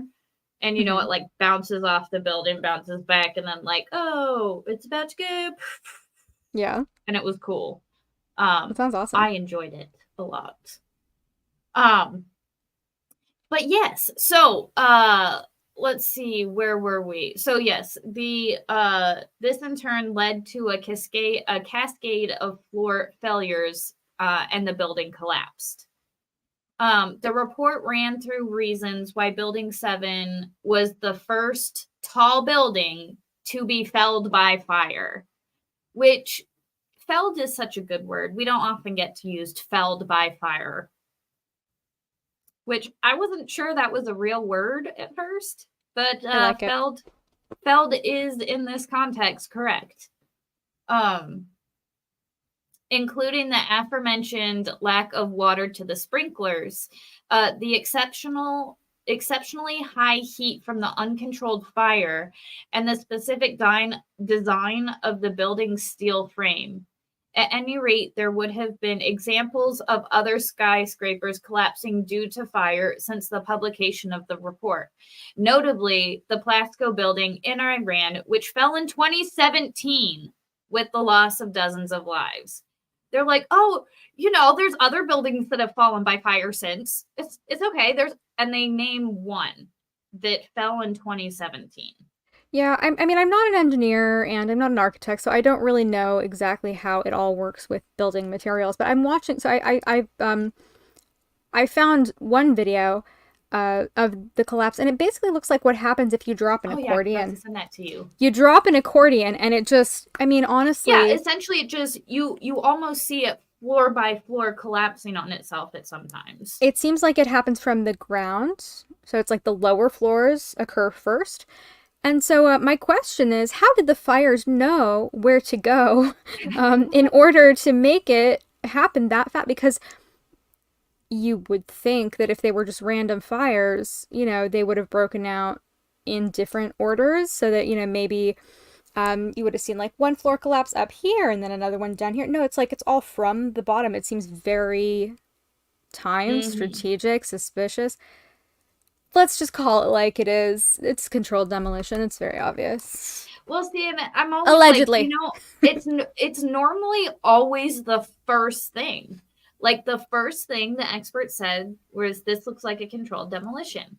And it's almost like the first thing that came out about the Pelosi report that, it was remember how the story changed from, there was a dude, Mr. Pelosi answered the front door, and then there was a dude with a hammer, but then Mr. Pelosi was tied up, and then he got hit in the head with a hammer.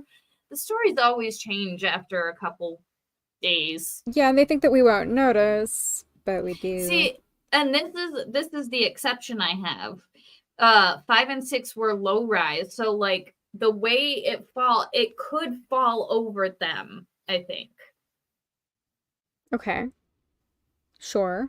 I mean that's reasonable, but my problem is, at what angle does stuff hit on the different floors? Like, where is it? I'm picturing, is it going through the windows? And where are the fires occurring? How is the debris coming in? Is it different sized debris? Is it like a hail of debris? What kind of debris is it? Is it on fire? So it breaks through the windows, and then it's on multiple floors, and it comes in at an angle. And then it starts fires, and then those fires happen to all expand at the same rate, heating up the beams, because of course all of the debris happens to land near where the beams are, and then it starts from the bottom up. No, sorry. See, now just the fact that they fell the way they did has always been an engineer. I think we really need an engineer to explain, what's going on here. Like, is it plausible? Is it not? Because I know nothing about physics. It is entirely possible that I'm talking out of my ass. But it does not look random. It does not look like it's just some happenstance thing. And considering the fact that there was some very important stuff in that building, I am not want to believe that it is just a coincidence. I don't think that way. Oh, yeah. And here's the thing. The cause, we're discussing the cause. We know this building fell, and we know it had a bunch of issues. Like, we just want to know what caused it. Because again, saying that, fires broke out on multiple floors that then turned into a raging inferno that collapsed the building in such a way that it appeared to be controlled demolition. Mm-hmm. And the NIST also explicitly ruled out controlled demolition theory by pointing out preparations for a blast scenario would have been almost impossible to carry out on any floor without detection, since it would require removing of the wall panels. Yeah. So they're basically saying, oh no, they ruled it out because people would have noticed construction. So, here's the thing. You can get people to come in at night when nobody's there. That's the thing. Right? And also, I definitely, And construction. I have Like, certainly heard eyewitness accounts where, strange people showed up to do maintenance right before the towers fell, in particular areas of the buildings from survivors. So that's a thing. yeah. But and like here's my thing is you find if you can find footage from right after, like right Mm-hmm. happening, people are saying, "Oh, there's explosions, there's bombs. There's Mm-hmm. bombs going off." And it's Yes. like, yeah, I understand while everything's going on, like it could sound like there's bombs going off, but what if there were bombs going off? Well, this is my issue. So, if the planes hit at a certain angle and they were kind of close to the top, like I don't remember exactly what floor the first plane hit, but it wasn't near the ground. Why did the lower levels start collapsing First, underneath? That does not make sense. I mean, you see it like one by one by one. It's very. well, you see, they do fall in a fashion that is just straight down, Mm-hmm. which is, I mean, it could have just been they were built that way. Is that no matter what, they would always just fall straight down. Right, but if there was structural damage at the top of the building, It um, caused all of the metal. mhm. Stop trying to think logically, Chandler. Oh, okay. Sorry. Okay, I'm putting on my tinfoil, or I'm taking off my tinfoil hat. I'm going to be reasonable now. Yeah. Oh, see, okay. Here's the thing, though. Bombs, like guns, have a distinct and different sound. Yeah. I don't know if it Like was bombs necessarily, but I feel like it I could have been know. like C2 or, something like that. Well, meaning like I know the difference between when I hear a gunshot or when I hear a firework, Hmm. or they're like different calibers of. So I'm not too far away from a base over here, and every now and again we can hear when they're at the range, and it's like I Hmm. hear the difference when they're shooting the 240 Bravos and when they're shooting like M16s or whatever or M4s. You know the Like, difference? That's so rad. well, they're the same. Like for mostly it's timing, but there is a difference. I know nothing about guns. The last time I shot a gun, I was 8 and it was a BB gun. Girl, I need you. Ugh, I need to go to a range. I need to go shooting. It would be I really gotta like excellent. I gotta introduce you to my family because We my were gonna do family it in like. Texas, but we'll have But like our no, day. my family that's in LA, they like firearms and they have Nice, firearms. And I gotta awesome. introduce you to my family so you can hang out with them and eventually maybe they'll let you shoot guns. That would be really really fun. I'd be totally down with that. But yeah, I don't know. This one has always been, yeah, the 308 versus the 556 is definitely louder. They do, it's like, bigger rounds are obviously going to make a different noise than smaller rounds. So my question is, let's say that this is theoretically and allegedly a controlled demolition. We know what's in Building 7. What was in Buildings 1 and 2 that needed to be destroyed? Do we know? Um, I mean, minus there were the World Trade Center, so like, but I know there's like a lot of banking yeah, institutions, I mean, things like that. I haven't looked into that as much, just because those I always just assumed were the main targets until I was like, oh, maybe those were the main targets to be the main targets. Oh, look at this, look at this, look at us over here. Well, the visual And of Towers 1 and 2 collapsing is, I think, the most iconic element of this terrorist attack that, shot, kind of yeah. scarred an entire generation. But nobody Well, ever thinks about the Pentagon. yeah. Huh? Uh, I was just saying, like Oh, the Pentagon, that was the trillions they had to cover up. yeah, see, but that visually it wasn't as stunning or substantial. Well, If it it's had funny just been the because Pentagon, it would have been different. you look at the images and you're like, where's the plane? Mm-hmm. Yep, that's a good question. Where is the plane? It exploded into a billion pieces and none of it was left. Yeah, that totally happens with planes. Um, What's more, the sound made by the small blast capable of destroying a building's infrastructure would have reached at least 130 decibels at a distance of at least half a mile. This would have been the equivalent of standing next to a jet engine, and more than 10 times louder being in front of a speaker at a rock concert. Yeah, well, there were also two other buildings kind of collapsing that might have been able to cover up those noises a little bit. I'm They're sure that a lot of basically people's saying, eardrums ruptured. I'm sure of that. I'm sure a lot of well, people it's like just went permanently deaf or temporarily right. deaf. Yeah, it would not It's funny. surprise me. Their explanation, they explicitly ruled out controlled demolition, Mm-hmm. literally by just saying, uh, people would have noticed them trying to do it, and it would have been so loud, it would have made you guys deaf. Yeah, the And fact that of is their evidence, and that is what they're putting forward as like, this is why it didn't happen this way. Is well, okay, because people would have noticed and you would have heard it. but hold on. What article are we reading? Who is the authority anyway? Who is putting this Oh, article together? this is the History Channel. Come on, you can't get a more reputable source than the History Channel. It was aliens. Aliens, dude. It was totally aliens. Aliens. That's the explanation, Oh, obviously. yeah. Oh, Ghostery Anonymous is in the chat. Hello, hello. Ghostery Anonymous was commenting on some stuff on my stream earlier, talking a lot about uteruses, I think. That was kind of funny. But anyway. uh, Moving on. let's see. I feel like I have neglected chat for a minute. Flux, you have a weird yeah, I do. Well, see, we were all homeschooled, so like we're all weird. Yeah. I mean, Like I was not homeschooled, but I'm still weird though. So. Yeah, it's funny because there's in my family from the four of us, there's a cop, a firefighter, a service member, and then our baby brother's the accountant. But like we all kind of went into civil service. And so yeah, being from California, my family's a little weird. It is what it is. Jay Libet says, I think the planes hit somewhere in the 50th floor range. The buildings were about 110 stories.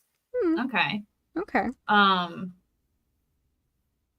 There's got to be a better website than this ancient aliens big BBC Sky site. Yes, there are other articles, but this is just one of my favorites because I just love this. Is like the best explanation.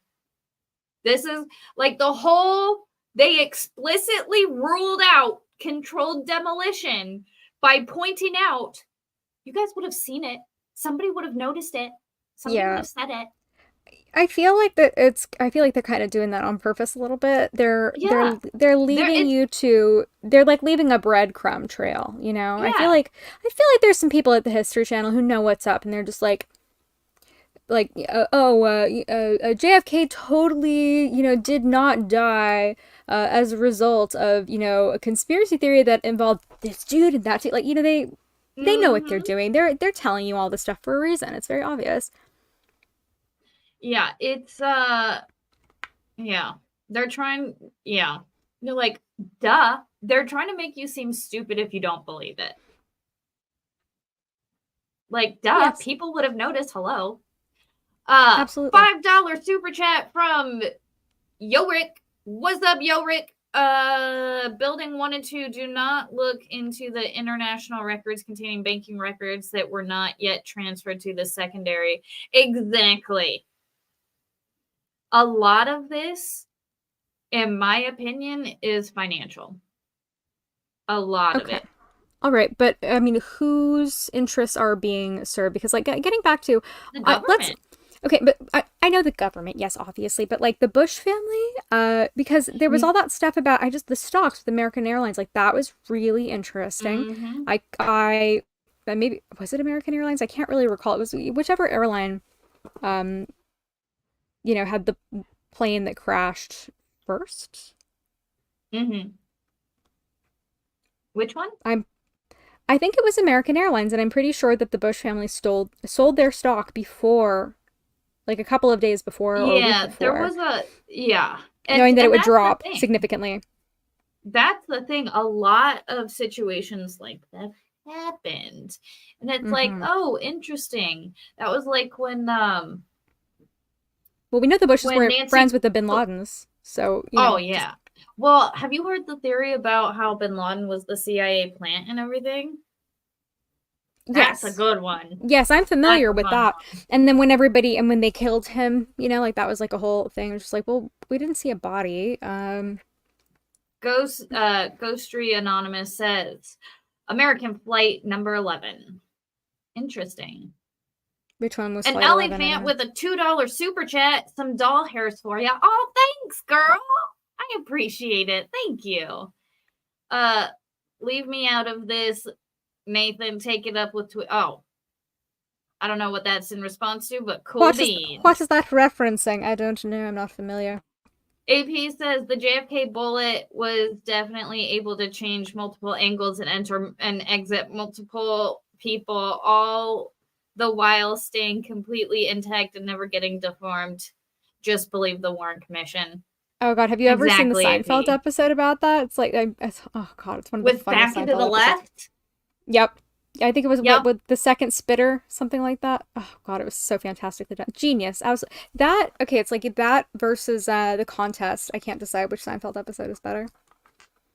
See, like, so really quick on like Back into the Left, like when I was in school, I had to do bullet trajectory. And that was the only thing I could think of through all the times I had to like place the rods and like try and get my bullet trajectory. I'm just like, back into the left. Oh my God. Nope. I love that so much. It's so good. Oh, I love it. It's really funny.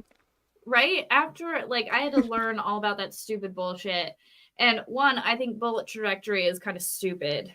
I mean, I get it. You can definitely tell, like, you can get a lot of information from it. It just wasn't my favorite.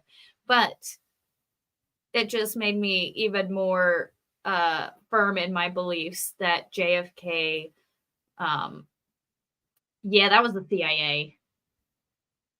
Yeah, 100%. Yep. But I'm just looking how much. Oh, we only have a little bit. This is the last piece of the article, which is good because I probably got to go to bed soon. What about the BBC's Building 7 report? What about the report? Good question. It's weird. I keep wanting to say 2017 because saying anything with a 0 in front of it is just so long ago. Like, girl, this was like a long time ago. I know they were talking about the low-rise buildings, and I was like thinking about like low-rise jeans. Right? I'm like, oh God. Like my brain. Remember when they first came out? We're talking about like this tragedy where all these people died, and I'm just like apple bottom jeans and the boots with the fur with the fur. God.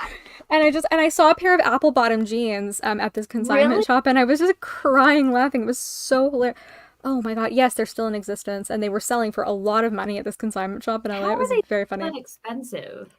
Because they had a whole, because like, okay, like Gen Z is obsessed with Y2K stuff for some reason. I don't know why. It's really weird. They like love that stuff. I don't know what it is. It's that thing where like the 80s is cool again, but instead it's like the 2000s is cool again, and we're like, yeah, oh God, that makes me feel old. They yearn for a time that they never experienced, and so they love all the remember like the clear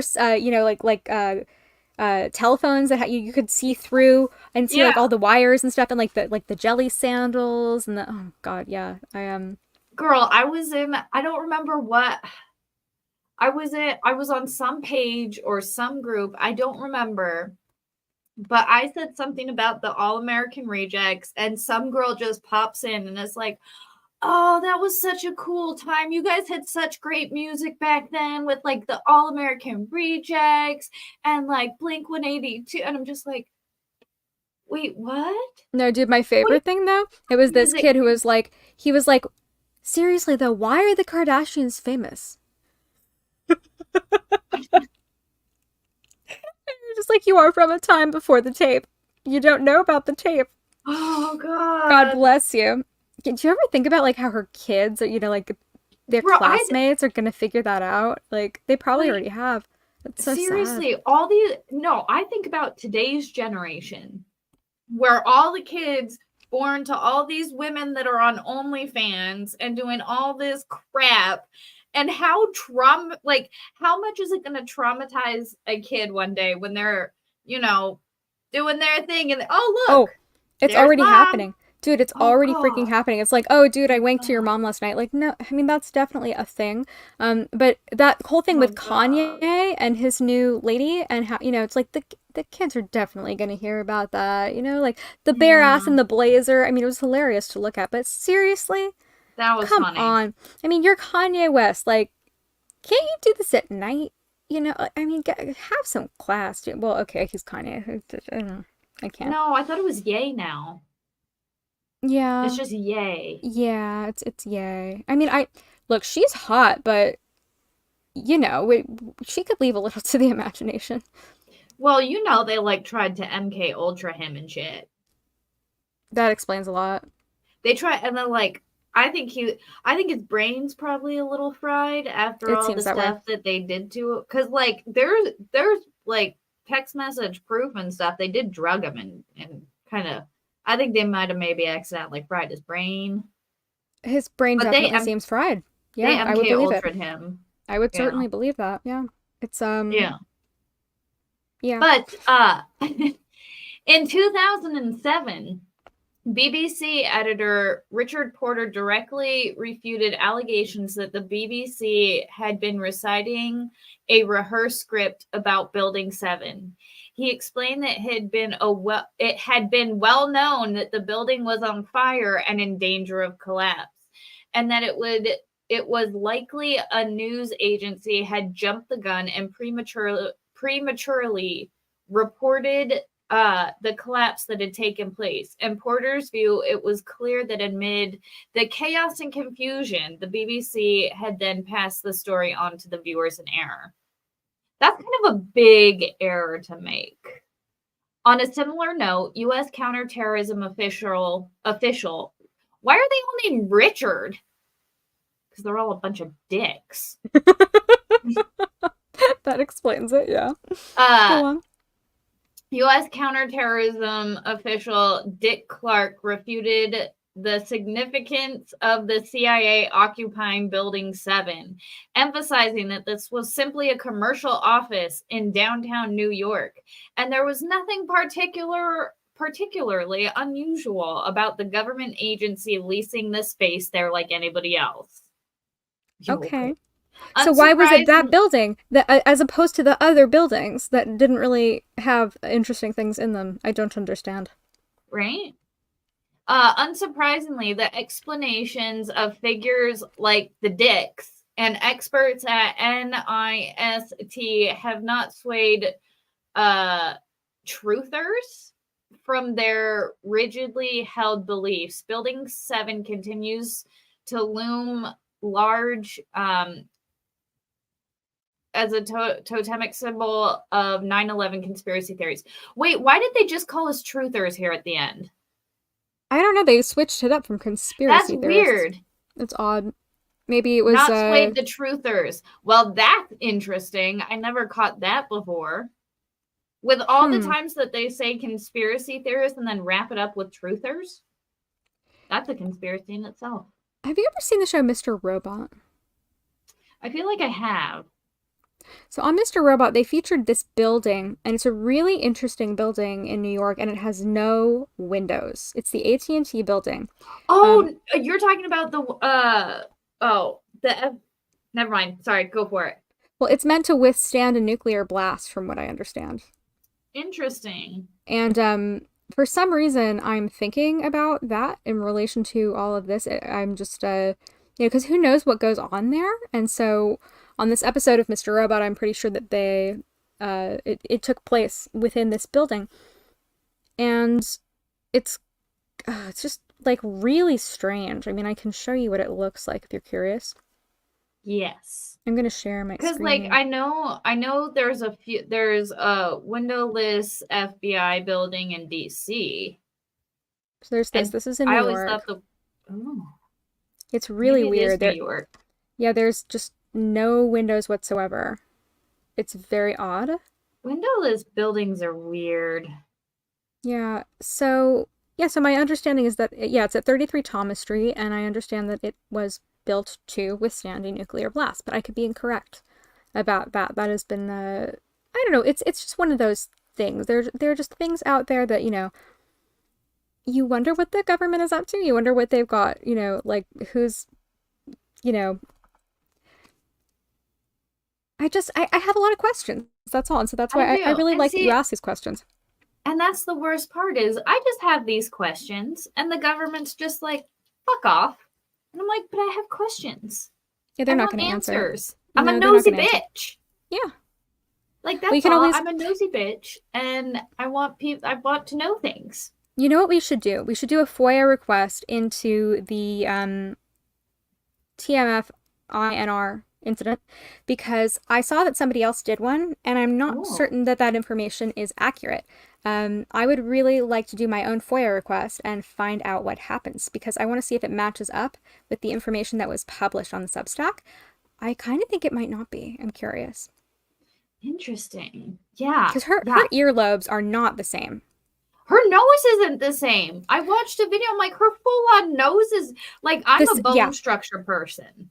the nose is, Like, it could be makeup. It could be that she's like doing that makeup thing where she's like making her nose look no, it's skinnier. shorter. No, dude, I know. And then the other thing is that she says in the video, she's like, I'm 5'2" and 120 pounds. She's on the phone with her mom, right? And I'm just like, does she have that phone case? Is there a photo of her with that bright pink phone case? Can we talk to her mother? And can we see the video that she was supposedly taking the entire time that that incident occurred? Because I actually don't think that she saw anything weird. I think that she was like on drugs because I've said stuff like that was really incoherent when I was like really drunk.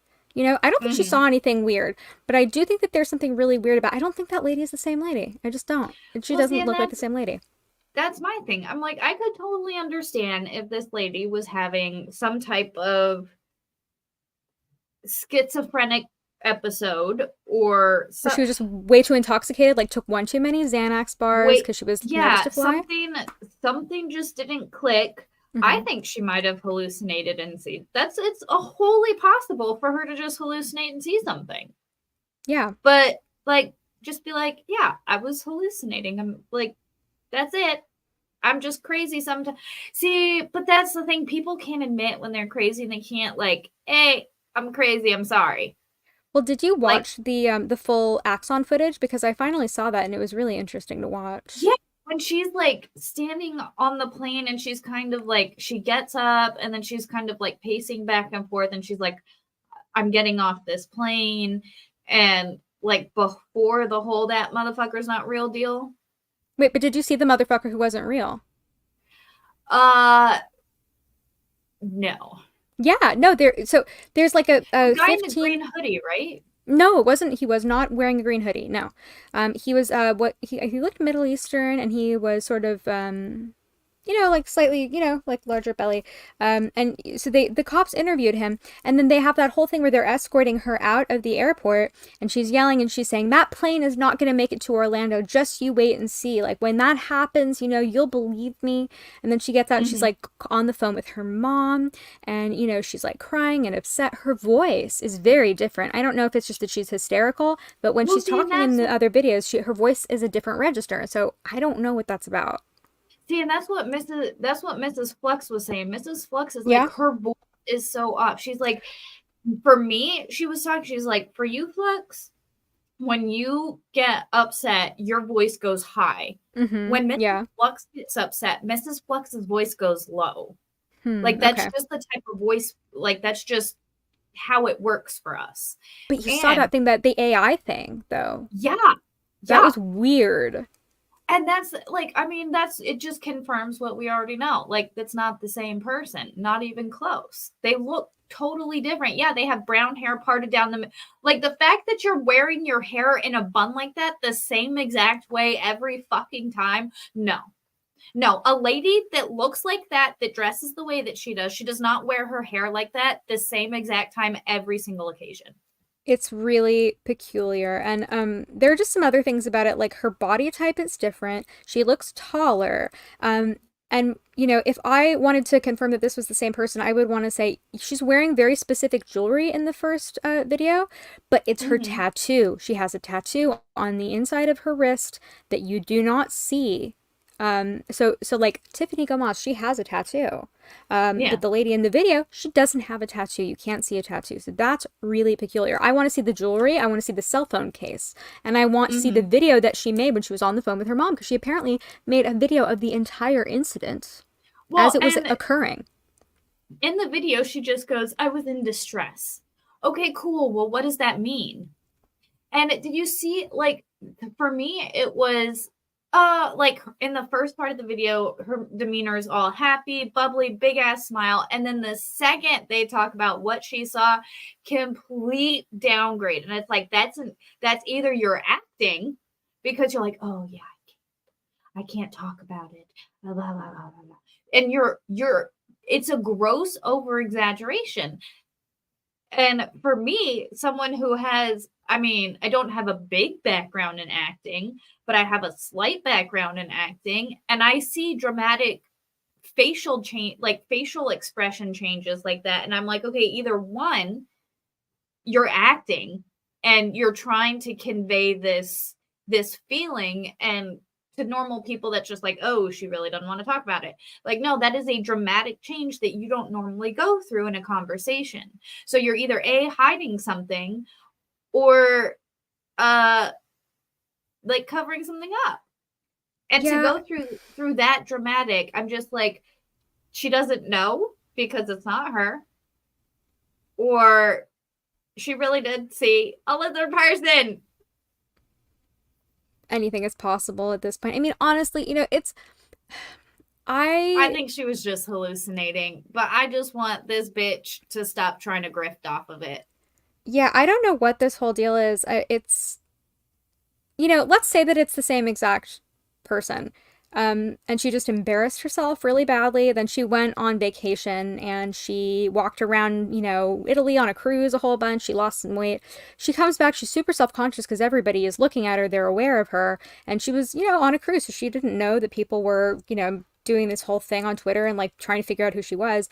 So now she's appearing, she's putting on a lot of makeup because she wants to look really good, because she's aware of her image. She's embarrassed about her actions because obviously she doesn't remember, because she was like Xanaxed out of her mind or something. And then, whatever it was, maybe she went to rehab. Maybe the whole thing about a cruise was a lie. Like, anything is possible, really. See, that's what I'm thinking. I'm like, was she hypothetically, watch this. Hypothetically, oh my God, I felt like Drex just now. Watch this. Jam. Watch this. Yeah. She is already on probation for being a wino, like Xanax lady all the time. All right? Mm-hmm. She goes to fly. She drinks too much, has too much of her Xanax, and she starts seeing shit and going crazy. She can't tell authorities because it could get her in trouble again if she's on certain medications that aren't prescribed to her. She can't tell authorities what? That she was just tripping balls. She can't tell anybody she was just tripping balls because she potentially has these other issues. Yeah, I could see that being a possibility. Ultimately, like, I feel bad for her because it's like you see stuff like that on like the LA subway all the time. And when I first saw the video, I was like, why does anybody care? It's like, just because she's attractive and seemingly put together. Just because your hair is in a bun does not mean that you have your life together, and it does not mean that you are sane. You can be schizophrenic with your hair in a bun. That's entirely possible. So I don't know what her deal is. But I want to do a FOIA request because I want to see if it matches up with what was published on the Substack, because there was this publication on the Substack where this lady, she was like, I'm looking for Tiffany Gomas now. And that was what outed her. And so she finally came forward. But, those records could have been fabricated. They could have been altered. They could have been falsified. So I could do another FOIA request and see if it comes up the same. And if it does, then okay, it's Tiffany Gomas. She has like a...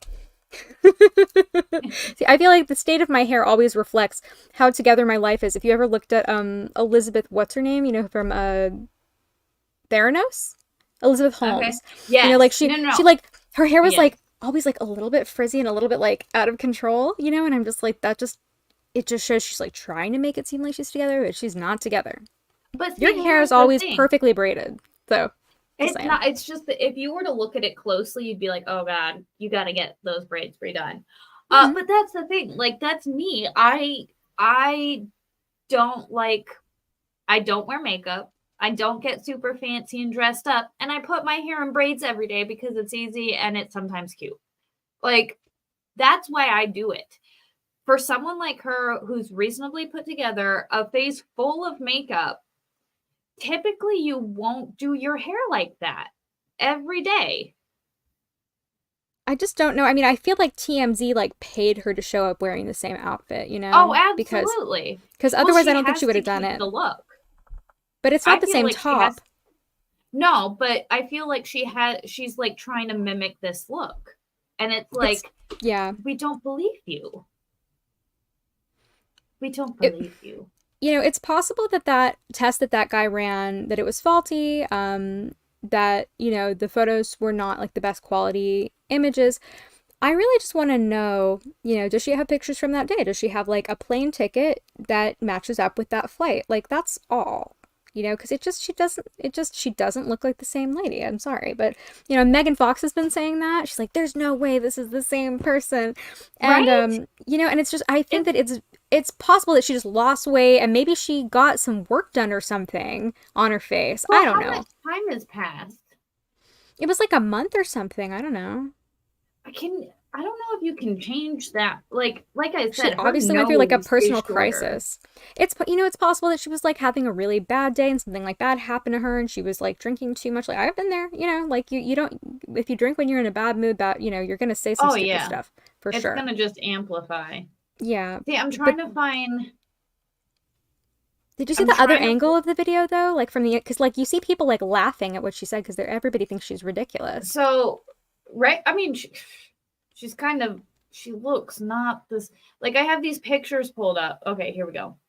And then she's making the sign of the Baphomet, which like I'm like, what? I'm like Like she's it's like a just devil pointing. worshipping? Well, for me, I it's rude to point with one finger. Like Mm-hmm. that's what I was always taught. It's rude to point with one finger. So if you have to point, you use two or your full hand. Yeah. It's like it's like, oh, that direction. Yeah. You point with two fingers because it's not rude.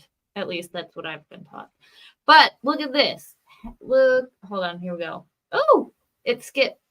There we go. Hold on. I'm gonna zoom again. Zoom in a little bit. Get Tiffany right up front and By the way, center. for everybody who's watching while Flux is pulling this up, I had a night where like I could not sleep, and at 4 in the morning I was doing this deep dive and sending her all of these links, and I'm just like, there's no way this is the same lady. Oh, whoa. That's What? not the lady. What? Huh? What are we What? looking at? I wanted this picture. I don't know why it keeps going to that. What is it doing? I'm not sure. I didn't say hi to Farrell and Sea Swept. Hi guys. Nice to see ya.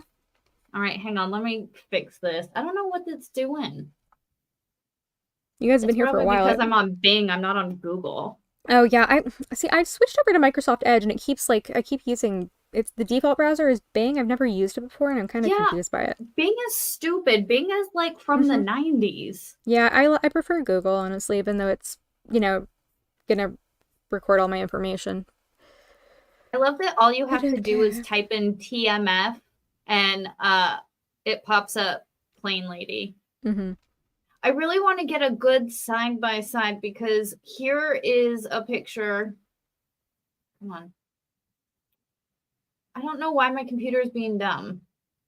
It's probably because you've had some issues today, haven't you? Couple. They don't when I talk about this stuff. No, they don't. It's well and that's what happened when my internet got messed up the other day. Mm-hmm. Totally, because I was going to talk about systemic misinjury and DV and all that stuff. And nobody wants to. There's like, they don't want you to know. They don't want you to know that men and women are actually, it's not a gender thing. Like, they don't want to know. And it's actually equal. Yeah. It's crazy. That's a crazy thought. You can't go exposing that to the universe. No, we have very sensitive information and perspectives that are highly volatile and could change the world and influence a lot of people. And they don't like that. So I really want this, the TMFINR shirt. It's good. It's really good. Like it'd be good on a hat too. Right? Like just right across TMFINR. It's a cultural moment. I also really want the painting. Have you seen the painting? Like no. Some dude did. Oh, I have to show you. I have to find it because I can't find the actual artist.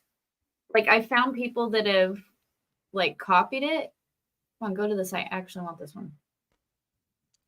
Jay Lugot says, I go out for a smoke and these squillas are off on a different planet. Excusez-moi. What do you call me? We're a squayatail. What is that? We're squirrels. We go off in every direction. Oh my god, I literally summoned a squirrel the other day and it was terrifying. What are you talking about? So I was in my backyard, and so Mrs. Flux and I have a garden, and on one of our lavender plants, there was a mushroom growing up like right under it, and we're like, oh no, is it like, does it have root rot? Like, so I picked the mushroom. Like first we looked to see what type of mushroom it was. And then I'm like, oh, it's one with hallucinogens. Whoa. Nice. And it's not going to kill you. Nice. Cool. But nice. I'm like, nah, we're going to save this party for the squirrels. I'm like, here you go, squirrels. And I tossed it over the fence, and literally out of nowhere, a squirrel appeared on the fence and then like ran across. And it probably came up from the other side, but the fact that it just popped up when I was like, here, let the squirrels have a party. And it was like, oh, hello, what? It was utterly terrifying. Wow. Can I tell you my squirrel story? Yes. Okay, so this is from like a decade ago, right? So my boyfriend and I at the time, I think we had gone out, we were going to a Halloween party. And I was dressed as Pebbles Flintstone, and he was dressed as, I think he was dressed as like just a Russian czar or something like that.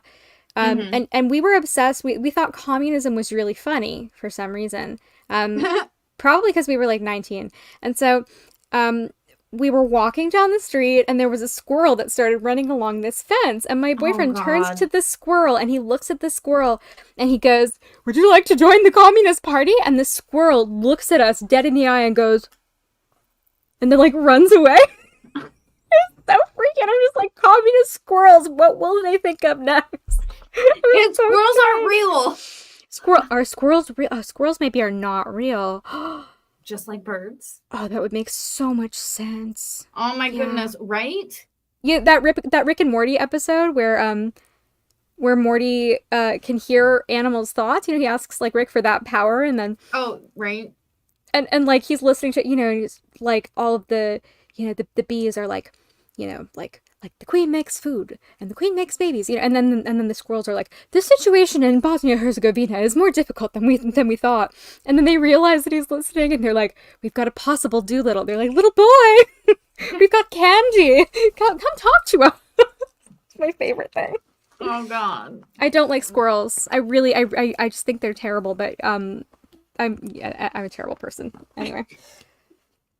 This is the drawing that I need. I think I'm gonna end up buying it. That is fantastic. God, I went off on a total tangent, and that's a really cool painting. I love it. Isn't it like you've got a mermaid over here? Can I zoom? Yeah, we're gonna zoom a little bit. Oh, this is fantastic. I love it. So you've got her over here. You've got a mermaid, Santa Claus, some type of, I think that's a pigeon.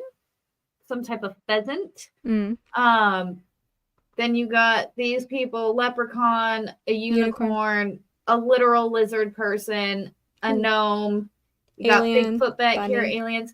And this is my favorite right here, Avril Lavigne. Oh my God. Oh yeah. Oh, you were talking about that. Yeah, that was really funny. Avril Lavigne is a conspiracy. People think she's a clone. People don't think Avril Lavigne is really Avril Lavigne. Right, so like her stunt double replaced her? Is that the theory? No. They think she's cloned. They think like they cloned her and stuff. Wasn't there? I thought it was a stunt double named Melissa or something like that. Sebastian. Sorry. I mean, that's possible too. The fact that the artist included it in this ensemble, it's pretty good. Tickled me so greatly. I like it. I like it a lot. And I love the jackalope because, like, my dad's thing was the jackalope. He loved jackalopes. Oh yeah. But so I love this, and if this is the actual, like, Etsy page of the dude, because I want to buy it from the actual artist, and like I don't it's really want good. to. You don't want like, to put money towards somebody who's replicating it. Yeah, I don't want to just give it to somebody who's copying it. And yeah, I did read a little bit about the artist, and it's funny because the artist included Avril Lavigne because his daughter loves that conspiracy theory. Oh yeah. And so he added it in his conspiracy theory portrait, which I think is just amazing. I love it. Not to disparage the queen, but I just remember like my ex conspiracy theory boyfriend, one of the funniest things that he ever did was like referring to the queen as a lizard bitch. What? Good play on words. It's pretty good, and it's a good play on save words. the queen, but I thought it was clever. In any case, it was probably funnier before she died, but that whole David Icke thing about the lizard people, we could go on and on. We have there are lots of conspiracy theories we could talk about. It'd be really fun. Oh yeah. Well, I mean, and that's like I talk a lot about conspiracy theories here, but I'm like, I want a stream that's like just dedicated, because here this is like my chill, kind of kicking back, like I do the interviews here, I talk to people, this is the house, we just, hang out and chill. But I think we might need to have streams solely dedicated to certain conspiracy theories, because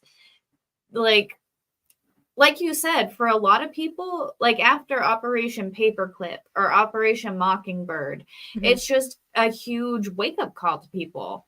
Yeah, that killed me. I was just like, I can never trust my government, ever. No. Never. No. Never, ever again. But you're not supposed to trust your government. That's true. That's not something that we're supposed to do. I mean, not really. Well, we're supposed to look at them like they're going to fuck us over at every turn, because they are. Well, I used to look at Waco and think, the AGF did what they were supposed to do. I don't know where my brain was. I was so brainwashed, dude. Like, girl, it took me a while. You're not but you're here now. I am. That's all that matters. Is like, that you're here now. See, it's not even like my family is like really liberal or anything. I just grew up around a lot of liberal people, and I wanted my friends to like me. So, and then college, But no, screw college that. In California. Yeah. Definitely. Bad choice.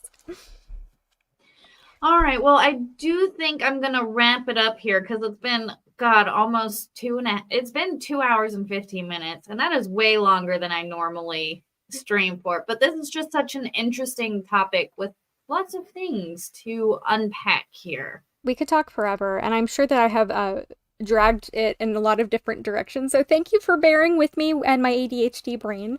But I've had a lot of fun, and thank you so much for having me on. I came up, and I want you to use this name if you want it. I think Flux Files needs to be a thing. See, and I love that, but I'm like, Chandler came up with the name. We can't it's do yours. A whole show just like on Flux Files. It's your name, and it's trust. Ugh. I'm gonna you have to be the co-host though. You would have to be like a permanent co-host. Deal. I'm down. Let's do it. Cool. We can go on my channel, your channel, whatever you want. We could do Flux Files. I love it. Hell yeah. Yeah. Lori in the house. What's up, girl? I feel like I'm the only people who likes conspiracy theories that doesn't think Avril is a clone. Lol.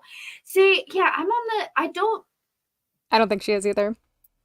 I don't know. I really didn't have a reason to believe that, like, that's just a theory I heard, but I don't have any of the evidence on why they think she's a clone. Yeah, I don't either. I actually don't know where that comes from. That one we can look into, because that's just going to be funny. Oh, and then all the Britney stuff. Ooh, yes, we have to talk about the Britney stuff. It's a lot of stuff there. Oh, but there's just so many topics. Yeah, we have so much material. And here's the thing, when you talk about conspiracies, like, you have to break down what that actually is. A conspiracy is a plot by one or more people. Mm-hmm. Like, in its essence, it's essentially a plot with one or more people to deceive or to, like, harm. So there's a lot of fucking conspiracies out there. Yeah, there are. Like, there are so many people that can be, like, conspiracy is just when you do a crime with more than one person.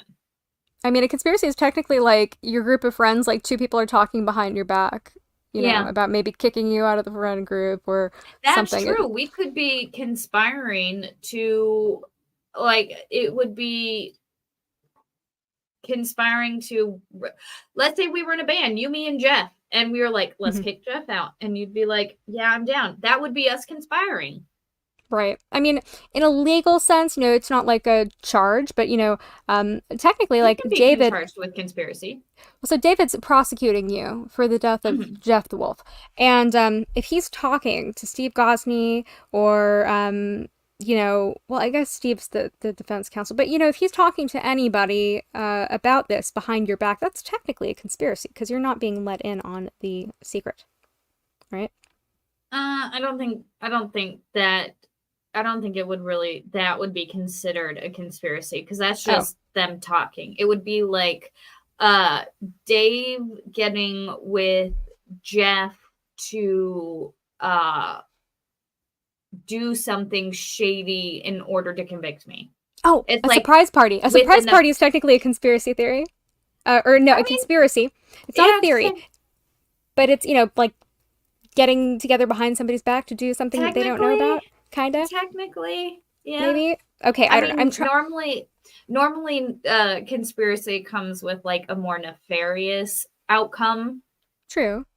But yeah, no, that, I wouldn't mind conspiring to create a surprise party for somebody. That'd be a fun conspiracy. You obviously have the definition down better than I do. I'm, like, totally derailing this. 2 people, a secret, 3 people, a conspiracy. Not technically, but I like that. It's interesting. Anyway, that would never happen, Flux. We don't need to conspire to take you down. You know what? That's true. So Farrell and Dave are currently conspiring. Okay. I'm sure they are. That makes perfect sense. Yeah, I can see that easily. That doesn't surprise me. Go on. They don't need to conspire to take me down. I take myself down without any help. Well, I still haven't seen the evidence, but I have to review it later. It's a long, like, I'll try and find the clip from when it happened. I know, like, it's been clipped several times, but I just have to find it and no, leave yourself untainted for the jury pool. Don't watch it. Oh, I'm not going to send it to you. I really wanted to, like, have you on and sort of do a review of the evidence, but that would technically mean that would taint you as a potential juror. Who's the judge? Jeff. Oh, really? Yeah. Oh. So Jeff is the judge. Okay. Dave is the prosecutor. Farrell housewife right here. Well, she's the lead investigator. Okay. They're still making the evidence. Finding. They're still finding the evidence. They're still in the process of discovery, so to speak. Yes. Are you filing motions? Yes. And so Steve is my defense attorney.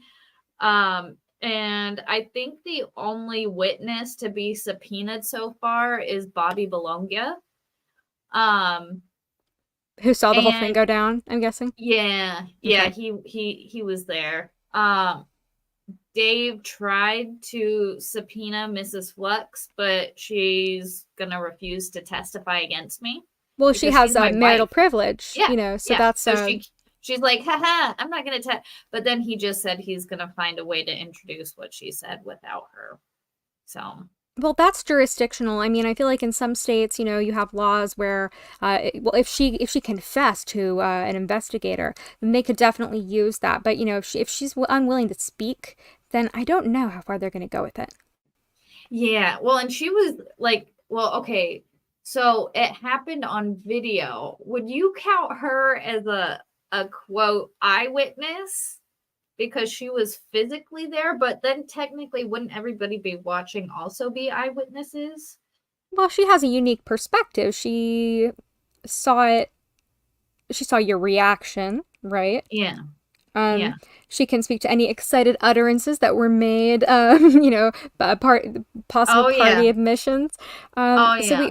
we have a lot of juicy stuff that we can work with here, but I respect her refusal as your wife because, that's something that a good spouse does. So, Right? I Right? respect it. I just don't know if I'm going to be able to, like if they voir dire me and, there are definitely going to be questions that are going to get me kicked off that jury. So I don't know what to do. I'm kind of like, I would love to have you on and get your side of the story. That I would be see, great. but I can't talk about it because we haven't gone to trial yet, so I can't really talk about the details of the case. That's true. Okay. My lawyer has advised me not to speak on it. See, I really would love to do an overview of like the video and, hearing your perspective, but that's all just we're gonna have to wait until it comes out at trial. So I can be patient. I don't want Okay. to be, Yeah, but I can try. I was gonna say because I definitely after the fact we'll have to do probably some interviews. I mean we're gonna have to see. I just no see Jeff no Jeff the legal vices Jeff the vice rex is the judge. Jeff the dog was the one in question who isn't even dead. He's still alive. You So revived like him, right? I did well Did it he die? wasn't so he did die. Okay. And then I went back so like how Minecraft works because it is such a big game, you do have to worry about corruption. Mm-hmm. So you have like I don't just have my world saved once. I have like 3 copies of it or 2 copies of it. Okay. So that in case something happens and it's corrupted, we can just load one of the other saves and we won't lose all our progress and work. Sure. So with what happening and Jeff meeting an unfortunate demise, Jeff the dog, I could not bear the fact that I didn't have my Minecraft dog anymore. I could not. I got literally attached in real life to this dog. And so I'm like, you know what? This is Minecraft. We had done about 2 weeks worth of work. But we ended up just going back to one of the saves worlds and giving up about 2 weeks worth of work. Because I wanted my dog back. Just so you could bring it back. Well, that is very sweet. Yeah. So I wanted my dog back. So Mrs. Flux lost a good bit of work that she did. I lost a little bit of work, but I realized I didn't do too much work because I was just moping that my dog was dead. Oh. So I didn't lose too much work. She lost a lot of work, but I was just running around a lot being like, man, Minecraft is stupid. Wait, so I want to understand certain things. Maybe you can't answer this. I'm curious, did you intentionally throw him off the cliff? See, no! Oh, okay. Why? That's not even the thing. Well, okay, hold on. Near him. I don't know because I didn't see it. So you can. Oh, I wasn't even near the dog. Okay, if you dog fell. That was a very shrill answer. I don't know if I trust it. The dog fell. I was in a minecart. I wasn't even capable of touching him because I was in an automated moving minecart, and he was running up. And we can play back this portion, so we can see exactly how he died. Yeah. So there's video footage, and it's clear as day. All right. Yeah. Somebody said there's going to be some shady Kenosha stuff that's going to happen to you during this trial. I don't want to laugh. Wait, what? God. Where is that? I don't know who said it. It was really funny. Okay, wait. Where did that go? What was shady Kenosha's? Oh my God. I don't know, but there's definitely some shady Kenosha going to happen. Right? So, no, I have Steve Gosney though. Steve Gosney he's a good lawyer. Defense lawyer. He's a good he's very good. Yes, he's very good. That is not true. You're spouting lies, AP. I'm not bringing it up I'm not putting that's a lie. That's a dirty lie, and I'm gonna sue all of you for slander and defamation. Right. All of you. Yes. So my second question is do you know what the charges are exactly? I do. Hold on. Because it's Bastard. murder 2 and then negligence. Hold on. I have to find it. Okay. Where is it? Okay. I would not go as far as murder 2. I would go, like involuntary manslaughter probably. And especially considering that you have remorse, you're expressing clear remorse. It sounds like it was accidental. Deal with it. Yeah, no. By the way, that is my cat snoring. There was a time I think I went on stream and Sebastian was snoring in the background and everybody was like, "Who's watching porn?" I'm like, "It's my cat." Oh wait, why can't I find? Why won't it load the charging document? I'm not sure. Wait, is it in Discord? Huh? Is it in Discord? I want to. There's like a sub channel. I forgot about Discord. I always forget about Discord. There's gotta be. We've got to find the Yeah, I never look at it. Like I very rarely go in there. AV says you're a public figure, Flux. We can slander you all we want. That's not true. Oh no, that's not how that works. That's not how that works at all. No, I mean it's just harder. Oh Lord. Oh man, I do have to get going though. Yeah, me too. This has been really fun. We'll talk about this. We'll talk about this, but we won't talk about this because you're a potential juror, so you can't know about this. I'll text you not about this. Okay, guys. Yeah. Thank you so much for hanging out tonight. I appreciate everybody for coming by and just hanging out and listening to our shenanigans. If you liked it, go ahead and drop a like. And maybe a subscribe too, because that would be cool. Yeah, I think that's it for tonight. Oh, I am having a Friday night special tonight. I'm having Waifu Kron on. We're gonna be discussing some Twilight Zone episodes and probably the Maui wildfires a little bit, because she was actually the first one to key us all into that, like before Matsuri. Which that's right. I remember that. Yeah, so I'm like, bro, we got to talk about it. So I'm having her on tomorrow night. So that's going to be at 7 p.m. Eastern Standard Time. And then Saturday, wait, what did I say? 7 p.m. Eastern Standard. Yeah. And then Saturday in the morning will be another episode of Minecraft Morning, where you can tune in and see me and my Minecraft dog, Jeff, and Mrs. Flux and the world that we have put together. And it's fun. I enjoy it. But Jeff stays in the house now. He's not allowed to leave the house because unfortunate things could potentially happen. Right, and further charges could be lobbied against you, and nobody wants that. Yeah. Right. Chandler, go ahead and tell people where they can find you. Oh, you can find me at Remy, REMY_legal. And tomorrow I'm going to be on Legal Vices in the morning, and we're going to be doing depth sidebars, and then probably laid back news, and I'm going to be doing my F-Feminism stream, which if you want to be here for Flex stream with Jess, which sounds awesome, you can always catch it on the replay. So, looking forward to that. Thanks, guys. Everybody have a fantastic... Oh, wait. Hold on. I'm going to send everybody somewhere. Does anybody have a preference? I'm pretty sure Kaiser is streaming. Nice. And I think that's where I will send everybody. Good idea. Yes. Oh, excuse me. I burped. Let's see. Add redirect. Yes. All right. Save changes. All right. Everybody, tell Kaiser I said hello. Everybody, I'm telling you goodbye.